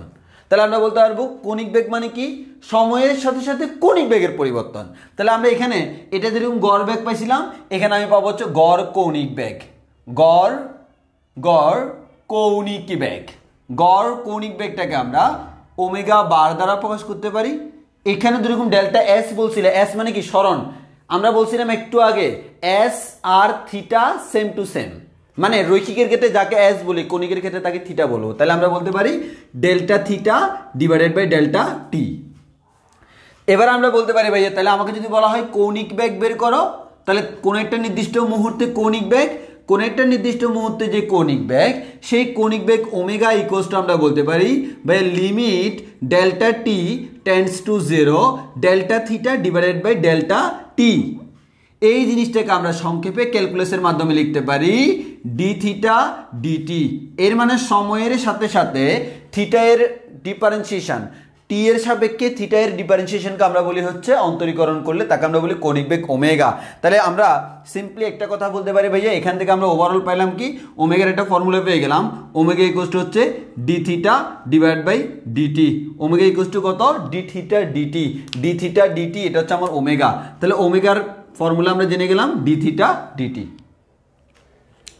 এখন একটু ভালো করে খেয়াল করে দেখো ভাই, সিম্পল কথা হচ্ছে, তাহলে আমরা এখানে আমরা অলরেডি জেনে গেলাম হচ্ছে আমাদের কৌণিক বেগ কি জিনিস। এবার তুমি একবারে সিম্পলি যদি তোমাকে ব্যাক বলতে বলতাম, তুমি কি বলতে ভাইয়া? বি ইকুয়ালস টু হচ্ছে এস বাই টি, এরকম বলতাম না? সময়ের সাথে সাথে স্মরণের পরিবর্তন। একইভাবে আমরা বলতে পারি ভাইয়া ওমেগা ইকুয়ালস টু হচ্ছে আমাদের থিটা বাই টি। এবার যদি কখনো এরকম হয় ভাইয়া, কোনো একটা বস্তু যখন কোনো একটা বৃত্তাকার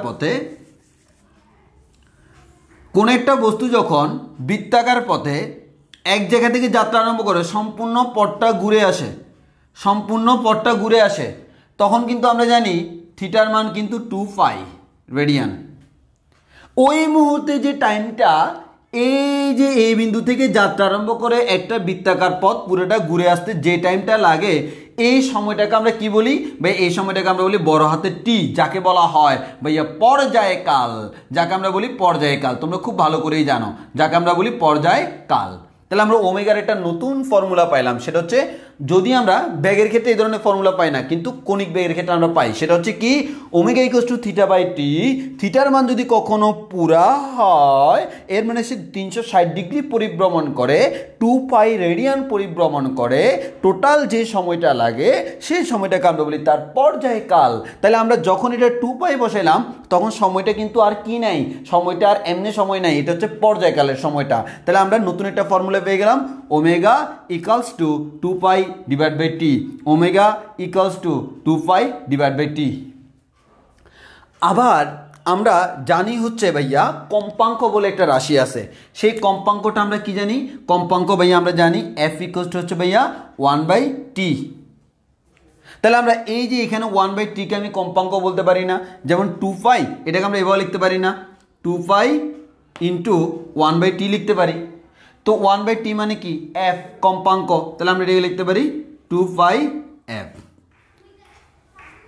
এরপর একইভাবে তোমরা তরঙ্গ পড়ছো না 9-10-এ?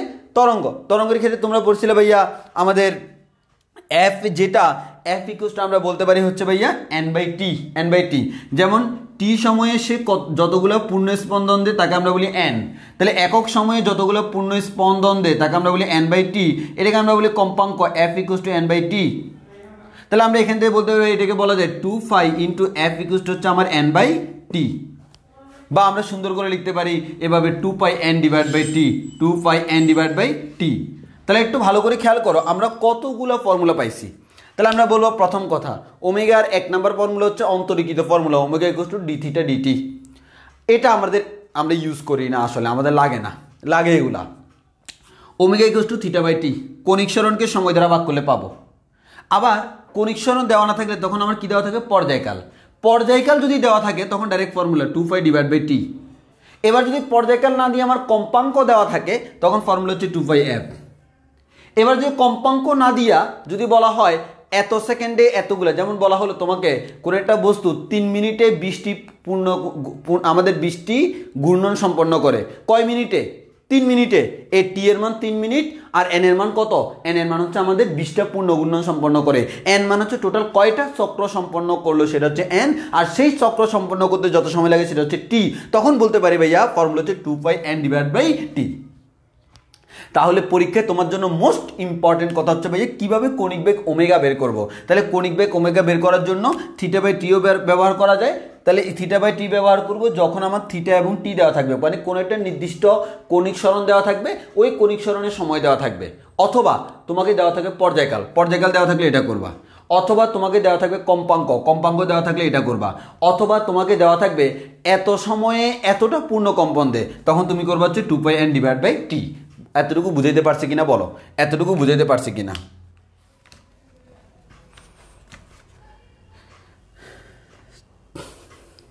এতটুকু বুঝাইতে পারছি কিনা বলো?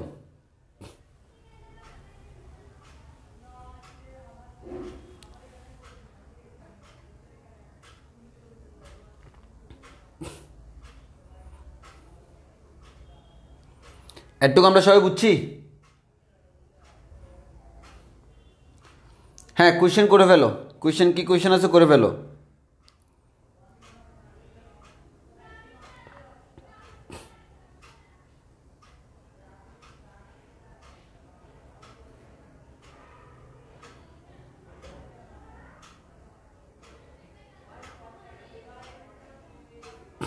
হ্যাঁ, তানিশকে মুন্তা প্রশ্ন করলো তাহলে কি এক রেভলিউশনের জন্য টি সময় লাগে? এক্স্যাক্টলি, আমাদের এক রেভলিউশনের জন্য বড় হাতে টি সময় লাগে। বড় হাতে টি সময় সে একটা রেভলিউশন সম্পন্ন করে, মানে হচ্ছে যাকে আমরা বলি পর্যায়কাল। পর্যায়কালের ডেফিনিশনই এটা, ওয়ান রেভলিউশনে যে সময় লাগে তাকে আমরা বলি পর্যায়কাল। ওয়ান রেভলিউশনে যে সময় লাগে তাকে আমরা বলতেছি পর্যায়কাল।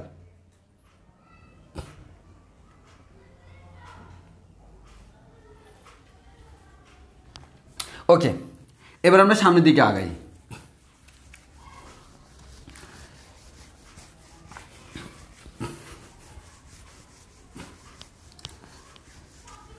এবার আসি, তাহলে আমরা এখান থেকে জেনে গেলাম, আমি এখানে লিখে রাখি ভাইয়া ওমেগার যে ওমেগা সমান আমরা বলতে পারি ভাইয়া থিটা বাই টি।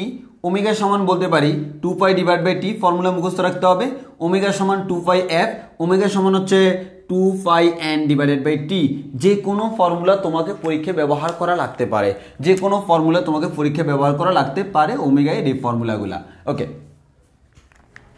আচ্ছা এবার আমরা যাই এটার একক এবং মাত্রা। এখানে তোমাদের একক এবং মাত্রা যদি যাই ভাই, আমরা সিম্পল কথা বলতে পারি ওমেগা ইকুয়ালস টু আমরা জানি theta divided by T.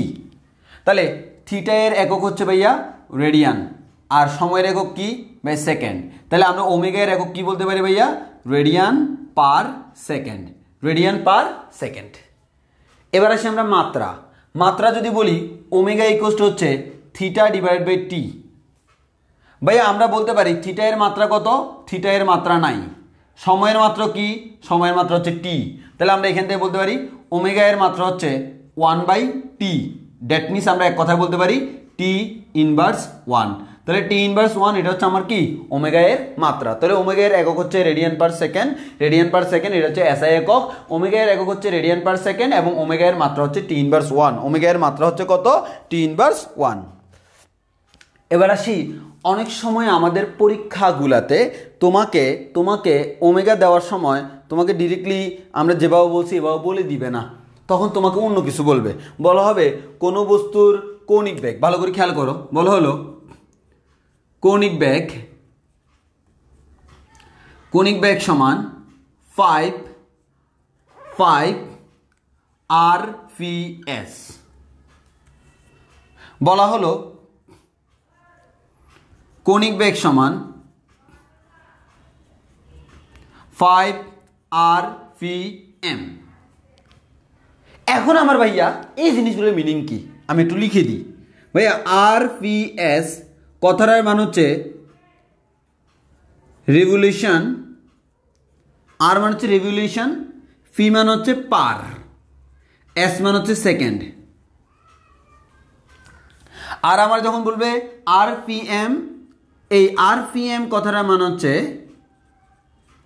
Revolution per minute. তাহলে আমরা বলতেছি কি ভাইয়া আমাদের RPS এর মিনিং হচ্ছে রেভলিউশন পার সেকেন্ড, আর RPM এর মিনিং হচ্ছে রেভলিউশন পার মিনিট। এই কথাটার বাংলা কি? বাংলা করো না, রেভলিউশন পার সেকেন্ড, এর মানে প্রতি সেকেন্ডে রেভলিউশন, প্রতি সেকেন্ডে রেভলিউশন। তাহলে এই 5 RPS যেটা দিল, এই 5 RPS এর বাংলা মিনিং কি? 5 RPS এর মানে হলো 5 রেভলিউশন পার সেকেন্ড, মানে হচ্ছে প্রতি সেকেন্ডে 5টা রেভলিউশন। এই কথাটার মানে হচ্ছে প্রতি সেকেন্ডে 5টি ঘূর্ণন, প্রতি সেকেন্ডে 5টি ঘূর্ণন। তাহলে 5 RPS মানে হচ্ছে 5 রেভলিউশনস পার সেকেন্ড। তাহলে আমরা বলতে পারি প্রতি সেকেন্ডে 5টি ঘূর্ণন। তো আমাদের দেখো সময় দেওয়া আছে প্রতি সেকেন্ড মানে কি? প্রতি সেকেন্ড মানে কি? 1 সেকেন্ড। 1 সেকেন্ডে কয়টি ঘূর্ণন? 5টি। এই 5টা কার মান? এন এর মান। তাহলে দেখো এন এর মান দেওয়া আছে আর টি এর মান দেওয়া আছে, এখান থেকে ওমেগা বের করা যায় না? বারবার বলছি ভাই ওমেগা বের করার জন্য সবচেয়ে ইম্পর্টেন্ট ফর্মুলা হচ্ছে আসলে এটা, ম্যাক্সিমাম কেসে এটা ইউজ করা লাগে। সেটা হচ্ছে কি? সময় দেওয়া থাকবে, এন দেওয়া থাকবে। এন মানে হচ্ছে number of revolutions, N T মানে হচ্ছে নাম্বার আমাদের টাইম স্পেন্ড, কতটুকু টাইম স্পেন্ড হলো ফর দিস রেভলিউশনস, এই রেভলিউশনগুলোর জন্য কতটুকু টাইম স্পেন্ড হলো সেটা হচ্ছে টি। তাহলে আমরা বলতে পারবো ওমেগা ইকুয়ালস টু কত?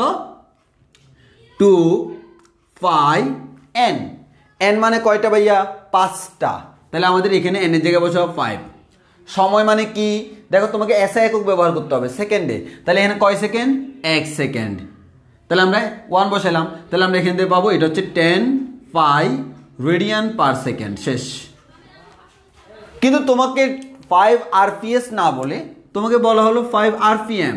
এই 5 আরপিএম কথাটা মানে কি 5 রেভলিউশনস পার মিনিট, এর মানে হচ্ছে প্রতি মিনিটে, পার মিনিট এর মানে হচ্ছে প্রতি মিনিটে 5টি ঘূর্ণন, প্রতি মিনিটে 5টি ঘূর্ণন। তো প্রতি মিনিটে 5টি ঘূর্ণন হলে আমরা কি বলতে পারি ভাই ওমেগা ইকুয়াল টু হচ্ছে 2 পাই এন, এন মানে কয়টা 5টা, এন ডিভাইডেড বাই টি, টি মানে কি প্রতি মিনিট মানে 1 মিনিট। তো আমার তো এখানে মিনিটে দেওয়া যাবে না, সেকেন্ডে দিতে হবে। 1 মিনিট মানে হচ্ছে 60 সেকেন্ড। তাহলে আমরা এখান থেকে বলতে পারি ভাইয়া এন এর মান হচ্ছে 5। তাহলে আমরা এখান থেকে বলতে পারি ভাইয়া 10 pi divided by 60 or pi divided by 6 এত রেডিয়ান পার সেকেন্ড। তাহলে পরীক্ষায় তোমাকে সব সময় ডিরেক্টলি ওমেগা বের করার ওয়ে দেওয়া থাকবে না, ম্যাক্সিমাম টাইমস তোমাকে বলা থাকবে আরপিএম, আরপিএস এই ধরনের কথাগুলো বলা থাকবে। যদি আরপিএম, আরপিএস এই ধরনের কথাবার্তাগুলো বলা থাকে তখন তুমি যে কাজটা করবা সেখান থেকে এই পদ্ধতিতে ওমেগা বের করে নিবা। বলো আমরা এতটুকু পারবো কিনা, এতটুকু আমরা পারবো কিনা?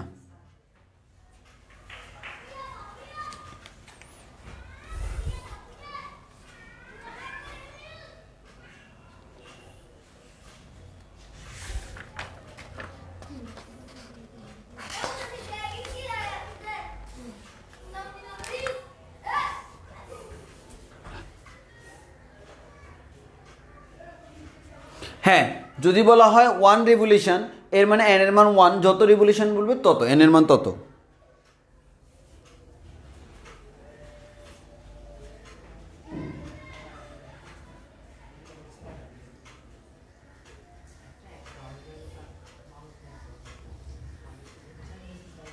এতটুকু সবার ক্লিয়ার হয়েছে কিনা বলো?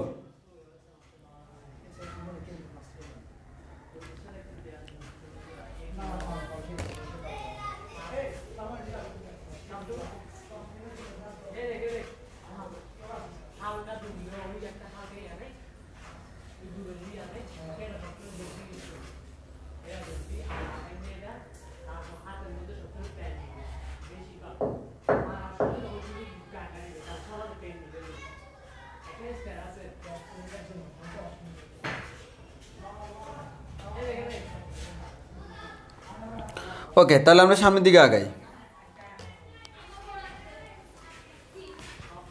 আচ্ছা, এবার তোমাদের একটা কথা বলি ভাইয়া, আমাদের কৌণিক ব্যাগ যেরকম একটা আমাদের কৌণিক ব্যাগ যেরকম একটা আমাদের ভেক্টর রাশি, আমাদের কৌণিক ব্যাগ যেরকম একটা রৈখিক ব্যাগ যেরকম একটা ভেক্টর রাশি, আমাদের কৌণিক ব্যাগ হচ্ছে একটা ভেক্টর রাশি। এতক্ষণ তো আমরা কৌণিক ব্যাগের মান বের করা শিখছি, মানে হচ্ছে কৌণিক ব্যাগটা কোন দিকে সেটা বের করা শিখছি, কিন্তু কৌণিক ব্যাগের দিক বের করা শিখি নাই। এখন আসলে আমরা শিখবো হচ্ছে কৌণিক ব্যাগের দিক। কৌণিক ব্যাগের দিক, তো কৌণিক ব্যাগের দিক বের করার নিয়ম হচ্ছে ভাইয়া আমাদের ডান হাতে স্ক্রু নিয়ম, অর্থাৎ ভেক্টরে তোমরা যেরকম পড়ছিলা ভাইয়া ডান হাতি স্ক্রু। এই কৌণিক ব্যাগের দিক বের করার নিয়ম হচ্ছে ভাইয়া ডান হাতি স্ক্রু নিয়ম। এখন কোনো একটা বস্তু আমার ঘুরতেছে, খেয়াল করো, সে বৃত্তাকার পথে আমার ঘুরতেছে।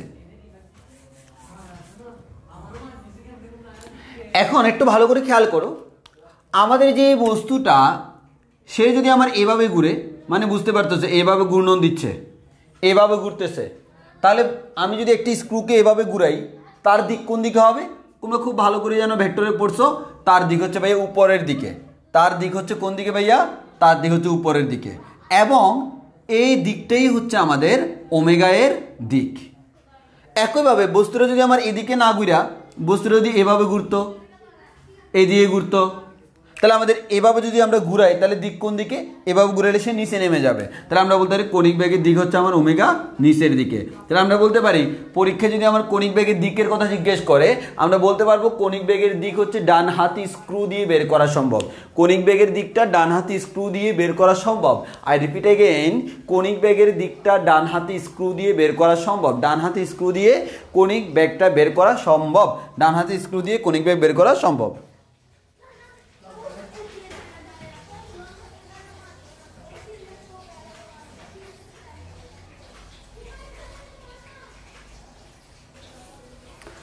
তাহলে আমরা বলতে পারি কৌণিক বেগের দিকটা আমাদের কি, কৌণিক বেগের দিকটা আমরা কি দিয়ে করতে পারি, ডানহাতি স্ক্রু দিয়ে বের করতে পারি। তাহলে আমরা একটা ডানহাতি স্ক্রুকে এভাবে ঘুরাইলে সে উপর দিকে উঠে, এটা হচ্ছে ওমেগার ডিরেকশন। যদি এদিকে ঘুরাই তাহলে নিচের দিকে যায়, সেটা হচ্ছে ওমেগার ডিরেকশন। সো আমরা এখন থেকে আমরা ওমেগার ডিরেকশন এভাবে বের করে ফেলতে পারবো, এখান থেকে আমরা ওমেগার ডিরেকশন বের করে ফেলতে পারবো। এবার হচ্ছে ভাইয়া কৌণিক বেগ বলো, আমাদের এবার যদি আমরা এভাবে বলি না ভাইয়া, ব্যাগ যেটা, ব্যাগের শুধু মান বিবেচনা করলে তখন আমরা তাকে বলতে পারি হচ্ছে, ব্যাগের শুধু মান বিবেচনা করলে তখন আমরা তাকে বলি কিন্তু দ্রুতি। একইভাবে কৌণিক বেগের শুধু মান বিবেচনা করলে তাকে আমরা বলতে পারি কৌণিক দ্রুতি।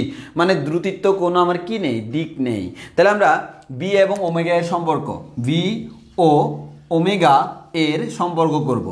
অর্থাৎ আমাদের পরীক্ষায় অনেক সময় লাগে, আমরা বি মানে আমরা জানি রৈখিক বেগ বা মান বিবেচনা করলে রৈখিক দ্রুতি, এটা হচ্ছে ভাইয়া আমাদের রৈখিক দ্রুতি, আর এটা হচ্ছে কৌণিক দ্রুতি।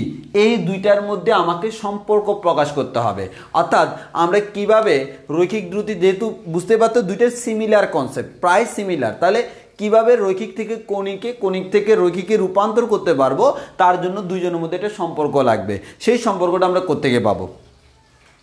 তার জন্য শুরুতে আমি একটা কথা বলে দিই ভাই, বি মানে কি ভাই, বি মানে হচ্ছে ডিএস ডিটি। ভাই ওমেগা মানে কি ভাই, ওমেগা মানে হচ্ছে ডি থিটা ডিটি। তো আমরা তো তাহলে জানি ভাইয়া S equals to R theta. তাহলে বলেন তো ভাইয়া, এস থেকে যদি বি পাইতে হয় কি করতে হবে? সময়ের সাপেক্ষে অন্তরীকরণ করতে হবে। তাহলে আমরা সময়ের সাপেক্ষে অন্তরীকরণ করলে কি হয়, ডিএস ডিটি ইকুয়ালস টু এখান থেকে বলতে পারি আর ডি থিটা ডিটি। এখন তুমি বললো ভাইয়া, আপনি যে ডান দিকে অন্তরীকরণ করলেন, আরটা কি কেন অন্তরীকরণ করলেন না? অন্তরীকরণ করার মানে কি? ডিএস ডিটি মানে কি? সময়ের সাথে সাথে সরণের পরিবর্তন। ডি থিটা ডিটি মানে কি? সময়ের সাথে সাথে থিটা এর পরিবর্তন। তাহলে আমি যদি বলি ডি আর ডিটি, এই কথাটার মিনিং কি? সময়ের সাথে সাথে আর এর পরিবর্তন। আচ্ছা বলো তো, কোনো একটা বস্তু যখন বৃত্তাকার পথে গমন করে, সময়ের সাথে সাথে আর এর কি কোনো পরিবর্তন হয় না? সময়ের সাথে সাথে আর এর কোনো পরিবর্তন হয় না। তাহলে আমরা বলতে পারি আর হচ্ছে একটা ধ্রুবক। আর আমরা জানি অন্তরীকরণ করার সময় ধ্রুবকটা বের হয়ে চলে আসে, ওই কারণে আমরা ধ্রুবকটাকে বের করে নিয়ে চলে আসছি। এখানে আরটা কিন্তু ধ্রুবক। কোনো একটা বস্তু যখন বৃত্তাকার পথে গমন করে, তার ব্যাসার্ধের কিন্তু কোনো পরিবর্তন হয় না সময়ের সাথে সাথে। তাহলে আমরা বলতে পারি সময়ের সাপেক্ষে আরটা হচ্ছে কি? ধ্রুবক। তাহলে আমরা এখান থেকে বলতে পারি ডিএস ডিটি মানে হচ্ছে V equals to R omega. তাহলে আমরা এখান থেকে ফর্মুলা পেয়ে গেলাম।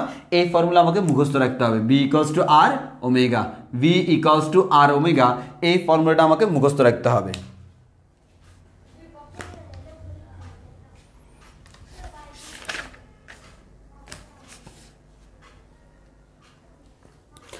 বলো আমরা এতটুকু বুঝছি কিনা, এতটুকু আমরা বুঝছি কিনা একটু বলি প্লিজ, এতটুকু আমরা বুঝছি কিনা একটু বলি।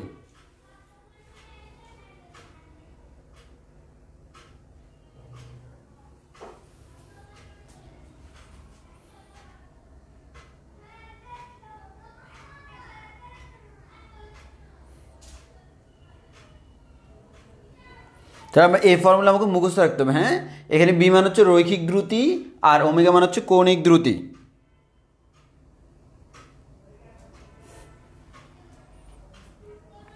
ওকে, এখন আমার প্রশ্ন হলো ভাইয়া, আপনি সুন্দর করে বললেন ভি ইকুয়ালস টু হচ্ছে আর ওমেগা বা ওমেগা আর, যেভাবে বলি না কেন সেটা নিয়ে আমরা এখন আলোচনা করব। সেটা হচ্ছে কি, এখানে তো আমি শুধু মান বিবেচনা করছি। যদি আমি দিকই বিবেচনা করি, মানে ভেক্টর আকারে নিই, তাহলে এটা কেমন হবে?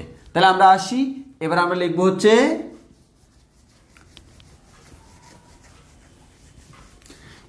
আমরা করব হচ্ছে ভি ইকুয়ালস টু ওমেগা আর এর ভেক্টর রূপ।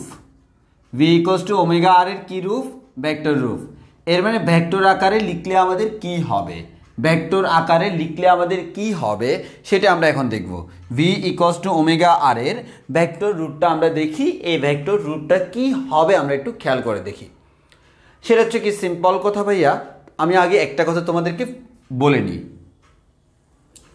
এই যে একটা বৃত্তাকার পথ, কোনো একটা বস্তু মনে করে এখানে আসে, সে বৃত্তাকার পথে ঘুরতেছে, ধরে নিলাম সে এভাবে ঘুরতেছে, এভাবে সে রোটেট করতেছে। তাহলে আমি যদি বলি সে একবার তার এ পয়েন্টে ব্যাগ নিব, একবার এ পয়েন্টে ব্যাগ নিব, একবার এ পয়েন্টে ব্যাগ নিব, একবার এ পয়েন্টে ব্যাগ নিব, আই মিন রৈখিক ব্যাগ নিব। কোন ব্যাগ? রৈখিক ব্যাগ। তাহলে আমি যদি তোমাকে প্রশ্ন করি ভাইয়া এই পয়েন্টের রৈখিক ব্যাগ, রৈখিক ব্যাগ, ব্যাগ যেহেতু ভেক্টর রাশি তার নিচে দিক আছে, তাহলে এই পয়েন্টের দিকটা কোন বরাবর? সিম্পল কথা হচ্ছে ভাইয়া এই পয়েন্টে ব্যাগের দিকটা হচ্ছে এই বরাবর। ওকে ওকে ভাই এই পয়েন্টে ব্যাগের দিকটা কোন বরাবর? ভাই এই পয়েন্টে ব্যাগের দিকটা এই বরাবর। ভাই এই পয়েন্টে ব্যাগের দিকটা কোন বরাবর? এই পয়েন্টে ব্যাগের দিকটা হচ্ছে এই বরাবর। ভাই এই পয়েন্টে ব্যাগের দিকটা কোন বরাবর? এই পয়েন্টে ব্যাগের দিকটা হচ্ছে এই বরাবর। এর মানে আমরা বলতে পারি কোনো একটা বস্তু যখন বৃত্তাকার পথে গমন করে তখন তার প্রত্যেকটা বিন্দুতে যে রৈখিক ব্যাগ, সেই রৈখিক ব্যাগের দিক হচ্ছে ওই বিন্দুতে কি বরাবর? স্পর্শক বরাবর। এটাকে আমরা বলি স্পর্শক। কারণ দেখো না এই রেখাটা আমাদের বৃত্তকে কি করে? একটা বিন্দুতে স্পর্শ করে। তাহলে আমার কোন বরাবর? স্পর্শক বরাবর। তাহলে আমরা এটা হচ্ছে ব্যাগের দিকটা পেয়ে গেলাম, রৈখিক ব্যাগের দিক। আর কণিক ব্যাগের দিকটা তোমরা জানো যেভাবে ঘুরতেছে সেখান থেকে চিন্তা করলে আমাদের লম্ব বরাবর আমাদের ডান হাতি স্ক্রু যেদিকে যায়। এবার যদি এটাকে আমি একটু অন্যভাবে চিন্তা করি, মানে 3 ডাইমেনশনালি চিন্তা করি আমাদের বোঝার সুবিধার্থে, যেমন আমি এখানে আরেকটা ফিগার যদি ড্র করি জিনিসটা কেমন হয় দেখো। এবার মেবি তোমার বুঝতে একটু সুবিধা হবে। ফিগারটা যদি আমি এভাবে ড্র করি, আশা করি তুমি একটু ভালোভাবে বুঝতে পারবে। এবার এটা প্লেটের মতো এরকম। তাহলে সে যদি আমার এভাবে রোটেট করে, তাহলে আমি যদি বলি ভাইয়া এই পয়েন্টে তার ব্যাগের দিকটা এই বরাবর, এই পয়েন্টে তার ব্যাগের দিকটা এই বরাবর, এই পয়েন্টে ব্যাগের দিকটা এই বরাবর, এই পয়েন্টে ব্যাগের দিকটা এই বরাবর। আর ওমেগা এর দিক হচ্ছে যেহেতু সে এভাবে রোটেট করতেছে, ওমেগা এর দিক হচ্ছে এই দিকে। এবার আসো ভাইয়া আর ভেক্টরের দিক কোন দিকে? আর মানে আমরা জানি হচ্ছে ভাইয়া ব্যাসার্ধ ভেক্টর। এই ব্যাসার্ধ ভেক্টর মানে হচ্ছে ব্যাসার্ধ।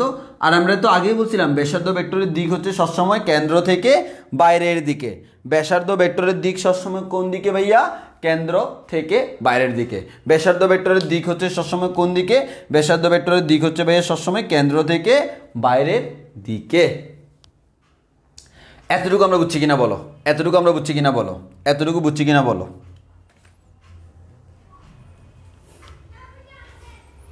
যেহেতু অনেকটা টাইম হয়ে গেছে আজকে মনে আমরা শেষ করতে পারবো না, সমস্যা নেই, আমরা আগামী ক্লাসে শেষ করব।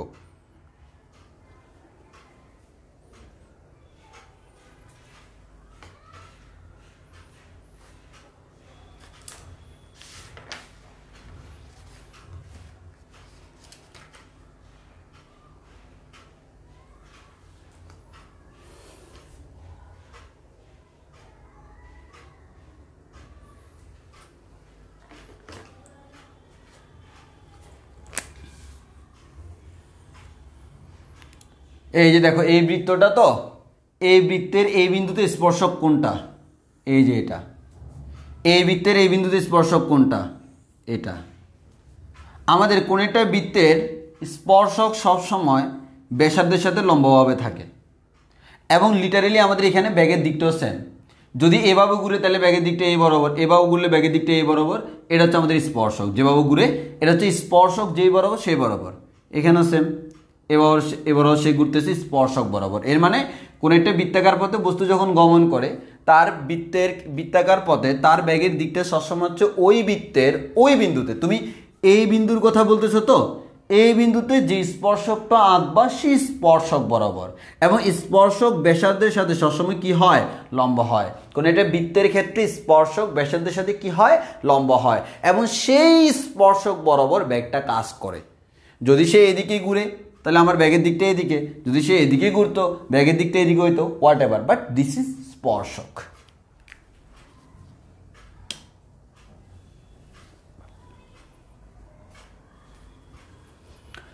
ওকে, বুঝলাম। যদি এতটুকু বুঝি, এবার আমরা এটা কাজ করি। সেটা হচ্ছে কি ভাইয়া? আচ্ছা, আমরা এখানে একটা কাজ করি, সেই কাজটা হচ্ছে কি? এবার দেখো, এবার আমরা একটু অন্যভাবে পড়ি।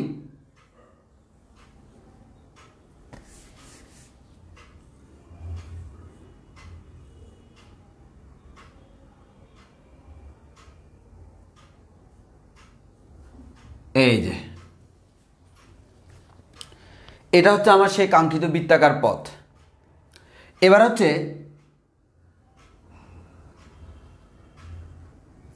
এটা হচ্ছে আমার রেফারেন্স পয়েন্ট। মানে বুঝতেই পারতেছো এই বস্তুটার সব কিছু এবার আমি চিন্তা করতেছি কার সাপেক্ষে? এই বিন্দুর সাপেক্ষে। মানে এতক্ষণ পর্যন্ত যা যা পড়ছি সব কিছু হয়েছে আমি চিন্তা করছি হচ্ছে বৃত্তের কেন্দ্রের সাপেক্ষে। এবার হচ্ছে না, আমি চিন্তা করতেছি অন্য একটা বিন্দুর সাপেক্ষে, বৃত্ত আমার এখানে, সে এখানে ঘুরতেছে। মনে করো আমি এখানে, তো একটা বস্তু এভাবে ঘুরতেছে, আমি এখান থেকে পর্যবেক্ষণ করতেছি। তাহলে আমরা বলতে পারি এই পয়েন্ট যদি চিন্তা করি, এই পয়েন্টের দূরত্ব এটাকে আমরা বলতেছি আর, এবং এই কোণটাকে বলতেছি থিটা। ওই মুহূর্তে যদি আমি বলি, ওই মুহূর্তে যদি আমরা বলি এই বৃত্তের ব্যাসার্ধটা কত, বা বৃত্তের যে ব্যাসার্ধ, তুমি যদি এই ত্রিভুজটা চিন্তা করো, এই ত্রিভুজ থেকে তুমি বের করতে পারবা বৃত্তের ব্যাসার্ধ হচ্ছে আর সাইন থিটা। তাহলে আমি যদি তোমাকে বলি ভাইয়া বি ইকোয়াস টু কি, তুমি জানো ভাইয়া b equals to omega into r. এখানে যে আর ছিল এই আর মানে হচ্ছে বৃত্তের ব্যাসার্ধ। বর্তমানে বৃত্তের ব্যাসার্ধ কত? R sine theta. তাহলে আমরা এখানে বলতে পারি V equals to omega R sine theta. একটু বুঝছি কিনা বলো, একটু বুঝছি কিনা বলো, একটু বুঝছি কিনা বলো।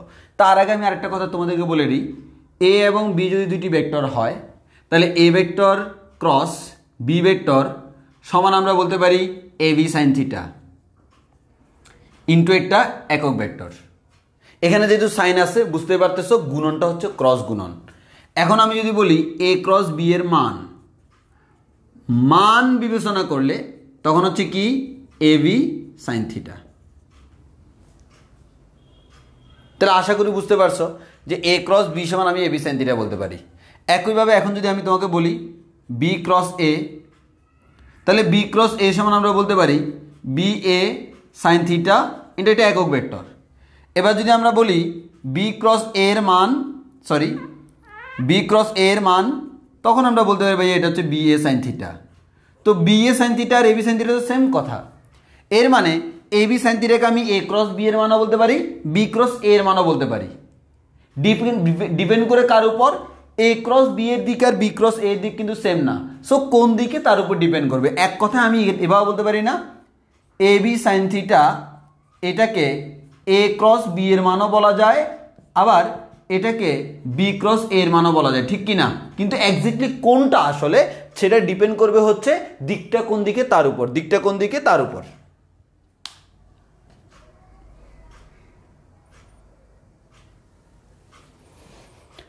আমি আবারও বলতেছি ভেক্টর তোমরা পড়ছো দুইটা ভেক্টর ক্রস গুণন, এ ক্রস বি সমান এ বি সাইন থিটা। তাহলে আমার এ বি সাইন থিটাটাকে আমরা এ ক্রস বি এর মানও বলতে পারি, বি ক্রস এ এর মানও বলতে পারি। এ ক্রস বি এর দিক যেদিকে বি ক্রস এর দিক কিন্তু সেম দিকে না, তাহলে কোন দিকে সেটা ডিপেন্ড, তার উপর ডিপেন্ড করে আমি বলবো এটাকে আসলে এ ক্রস বি নাকি বি ক্রস এ।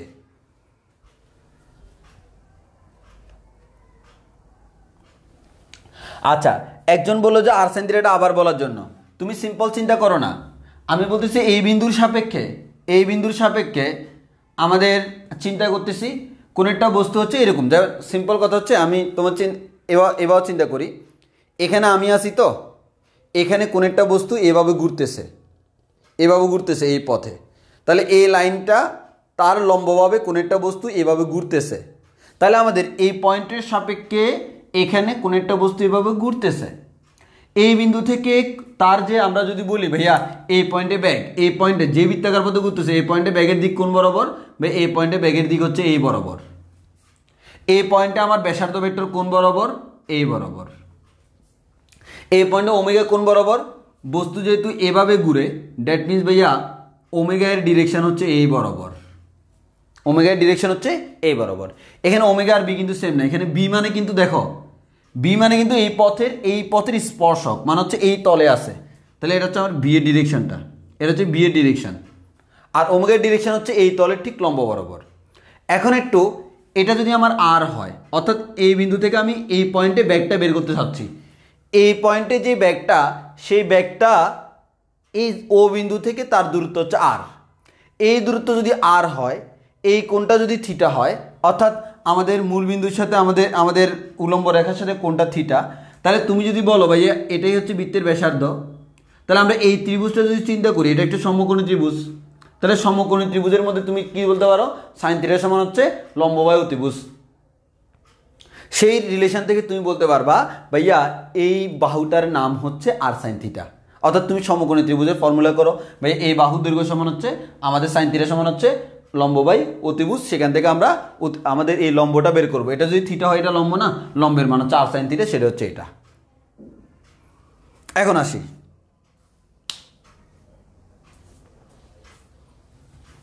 এবার আসো তাহলে আমরা দেখতেছি, তাহলে আমরা একটা কথা বলতে পারি ভাইয়া, তাহলে এটাকে যদি আমরা বলতে পারি বি ইকুয়াল, আমরা এটাকে বলতে পারি ওমেগা ক্রস আর এর মানও বলা যায়, আবার এটাকে আর ক্রস ওমেগা এর মানও বলা যায়। কিন্তু কোনটা দেখো, তাহলে আমরা যদি আমরা এটাকে এভাবে লিখি, তাহলে যদি মান সমান এভাবে লেখা যায়, তাহলে আমরা বলতে পারি বি ইকুয়াল হচ্ছে ওমেগা ক্রস আর, আবার এখান থেকে বলতে পারি বি ইকুয়াল হচ্ছে আর ক্রস ওমেগা, যদি মান বিবেচনা না করি। এই কথাটার মিনিং কি? এই কথাটার মিনিং হচ্ছে ওমেগা থেকে আর এর দিকে যদি আমরা ডান হাতে স্ক্রুকে ঘুরাই তাহলে বি এর দিক পাবো, আর এই কথাটার মিনিং হচ্ছে আর থেকে ওমেগা এর দিকে যদি আমরা ঘুরাই তাহলে আমরা বি এর দিক পাবো। এখানে একটু খেয়াল করে দেখো, এখানে জিনিসটা বোঝানোর জন্য তোমার আসলে আমরা একটা 3 ডাইমেনশনালি চিন্তা করি, এটাকে এরকম একটা প্লেটের সাথে চিন্তা করি, এরকম একটা প্লেট হিসেবে চিন্তা করি, তাহলে আমার মনে হয় বুঝতে সুবিধা হবে প্লেট চিন্তা করলে। দেখো এখানে হচ্ছে জাস্ট আমরা সিম্পলভাবে বলতে গেলে এটা হচ্ছে একটা বৃত্তাকার প্লেট, এটা হচ্ছে একটা বৃত্তাকার প্লেট। আচ্ছা দাঁড়াও আমি একটা কাজ করি, হ্যাঁ এই যে এটা হচ্ছে একটা বৃত্তাকার প্লেট, ওকে ওকে।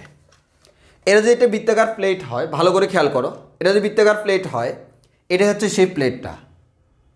এখানে এই পথে একটা বস্তু এভাবে ঘুরতেছে, এভাবে ঘুরতেছে মানে হচ্ছে এভাবে ঘুরতেছে। তাহলে এই যে পয়েন্টটা নিলাম, এই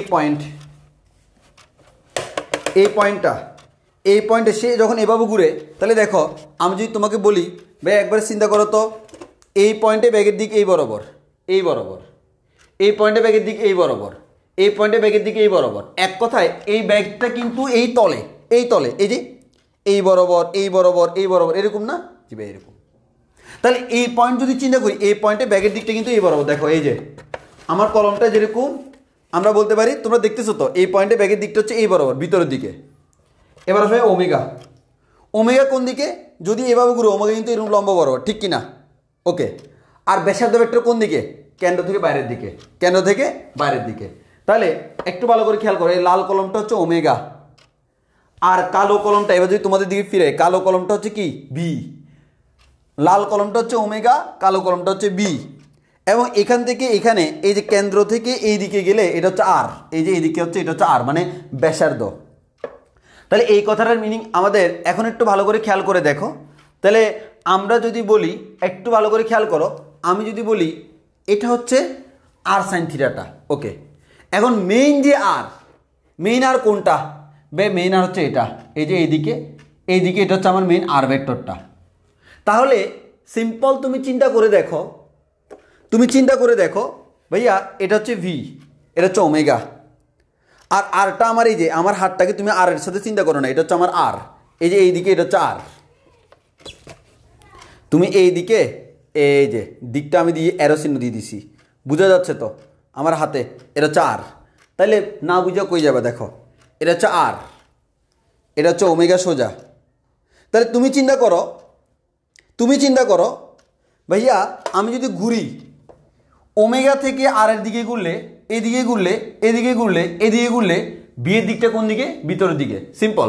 আমার কথা হচ্ছে ওমেগা ক্রস আর এর দিক কোন দিকে? এই ওমেগা থেকে আর এর দিকে ঘুরো, ওমেগা থেকে আর এর দিকে ঘুরো, ওমেগা থেকে আর এর দিকে ঘুরলে দিকটা হচ্ছে ভিতরের দিকে। আর থেকে ওমেগা এর দিকে ঘুরলে দিকটা হচ্ছে কোন দিকে? বাইরের দিকে। এখন তোমরাই আমাকে বলো, আমি যখন বলতেছি ওমেগা ক্রস আর মানে হচ্ছে ওমেগা থেকে আর এর দিকে, ওমেগা থেকে আর এর দিকে ঘোরা মানে হচ্ছে ভিতরের দিকে, এখানে ভেলোসিটিটা কোন দিকে? ভিতরের দিকে না? আর আমি যদি বলি আর থেকে ওমেগা, তাহলে এটা বাইরের দিকে। আসলে কি বিটা বাইরের দিকে? না, আমরা জানি বিটা ভিতরের দিকে। তাহলে কোনটা ধরলে ভিতরের দিকে হচ্ছে? ভাইয়া এটা ধরলে ভিতরের দিকে হচ্ছে, এটা ধরলে হচ্ছে না। ওই কারণে আমরা তোমাকে একটা কথাই বলবো, সেটা হচ্ছে কি, সিম্পল কথা হচ্ছে ভাইয়া, আমার এখানে আমরা জানি যে হয় ওমেগা ক্রস আর হবে, না আর ক্রস ওমেগা হবে। কেন? কারণ হচ্ছে আমাদের এখানে তো সাইন থিটা আছে, কিন্তু কোনটা হবে আমি কেমনে বুঝবো? সিম্পল কথা, ওমেগা থেকে আর এর দিকে ঘুরলে দেখা যায় বি এর দিকটা ঠিক আছে, বাট উল্টা দিকে ঘুরলে দেখা যায় বিয়ের দিকটা উল্টা দেখায়। তো আমি তো যেটা উল্টা দেখাই সেটা নিব না, আমি নিব কোনটা, যেটা ঠিক আছে। কোনটা ঠিক আছে? ওমেগা ক্রস আরটা ঠিক আছে। ওই কারণে আমরা যে কাজটা করব, আমরা আজকে থেকে ফর্মুলা শিখে গেলাম ভাইয়া, এটা আমরা নিব না, b equals to omega cross r. পরীক্ষায় অনেকবার আসে ভাইয়া b equals to omega cross r হবে নাকি আর ক্রস ওমেগা হবে? আনসার হলো ভাই b equals to omega cross r হবে। বি ইকুয়ালস টু কত হবে? ওমেগা ক্রস আর হবে।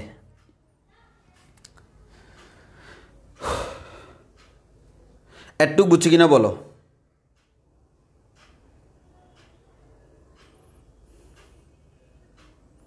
এই দিকটা নিয়ে অনেকের সমস্যা, মানে আসলে 3 ডাইমেনশনাল এখানে বোঝানো যায় না। তো তোমরা তো আশা করি বুঝতেছ। This is r, this is omega উপরের দিকে। এই বিটা অনেকে বুঝতে পারে না, তুমি তো বুঝছো, আমার ঘড়ি থেকে বুঝছো না। এই বিটা হচ্ছে এই যে এই দিকে, এটা যদি তল নি এই যে ভিতরের দিকে, তাহলে দেখো ওমেগা থেকে আর দিকে গুলো ভিতরের দিকে, হ্যাঁ মিলে গেছে। কিন্তু আর থেকে ওমেগার দিকে হলে বাইরের দিকে না, মিলে নাই। তাহলে আমার ভিতরের দিকে হলে মিলে, কারণ আমার বিটা আসলে ভিতরের দিকে, অ্যাকচুয়ালি ভিতরের দিকে। তাহলে দিক মিলতে হবে। দিক মিলে হচ্ছে ওমেগা ক্রস আর এর জন্য, আর ক্রস ওমেগার জন্য মিলে না। প্রমাণ তোমাদের লাগবে না, তোমাদের লাগবে হচ্ছে ভাই b equals to omega cross r. এখন থেকে ঠাডা মুখস্থ করে ফেলবা,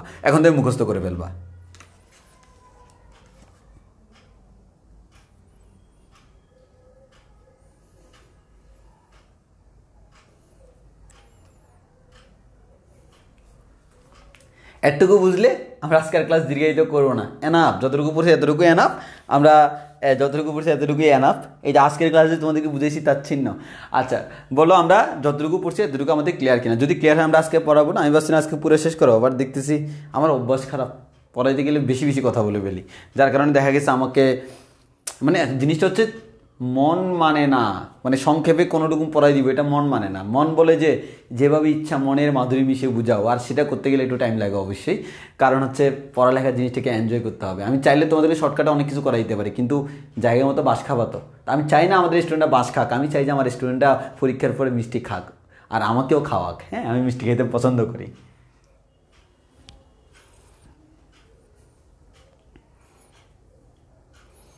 একজন জিজ্ঞেস করতেছে আইসিটি ক্লাস হবে কিনা? না, আইসিটি ক্লাস হবে না আজকে। এতটুকুর মধ্যে কারো কোনো কনফিউশন আছে? আমাদের এই কণিক গতি নিয়ে অনেকে ঝামেলা পড়ে। আমি এখান থেকে কনসেপ্ট ক্লিয়ার না করে গেলে 4 নম্বর অধ্যায়ে ঝামেলা পড়বো। যদি সব কিছু ক্লিয়ার থাকে আমাদের ক্লাস শেষ আজকের জন্য। কোনো প্রশ্ন থাকলে করতে পারো। তাহলে আমরা মোটামুটি আমাদের কণিক গতি কি আমরা জেনে গেলাম। কণিক গতির ক্ষেত্রে দুইটা জিনিস জানলাম, একটা হচ্ছে আমার কণিক বেগ, আর একটা হচ্ছে আমাদের কি কণিক সরণ। এই দুইটা জিনিস সম্পর্কে আমাদের ডিটেল জানা শেষ। আর কণিক ত্বরণ একেবারে সোজা, মানে কণিক ত্বরণের মধ্যে আর কোনো কিছুই এক্সট্রা করে লাগবে না। আজকে যা পড়ছি আমি জাস্ট 5 মিনিট টাইম নিলে কণিক ত্বরণ পড়াইতে পারি, বাট আমি নিচ্ছি না। কেন নিচ্ছি না? কারণ আমি চাচ্ছি আগামী ক্লাসে শুরুতে এটা রিভাইজ দিয়ে তারপর আমরা কণিক ত্বরণে যাবো, মানে ইনস্ট্যান্ট বলে ফেলবো। তাহলে অন্তত আরেকবার পড়া হবে।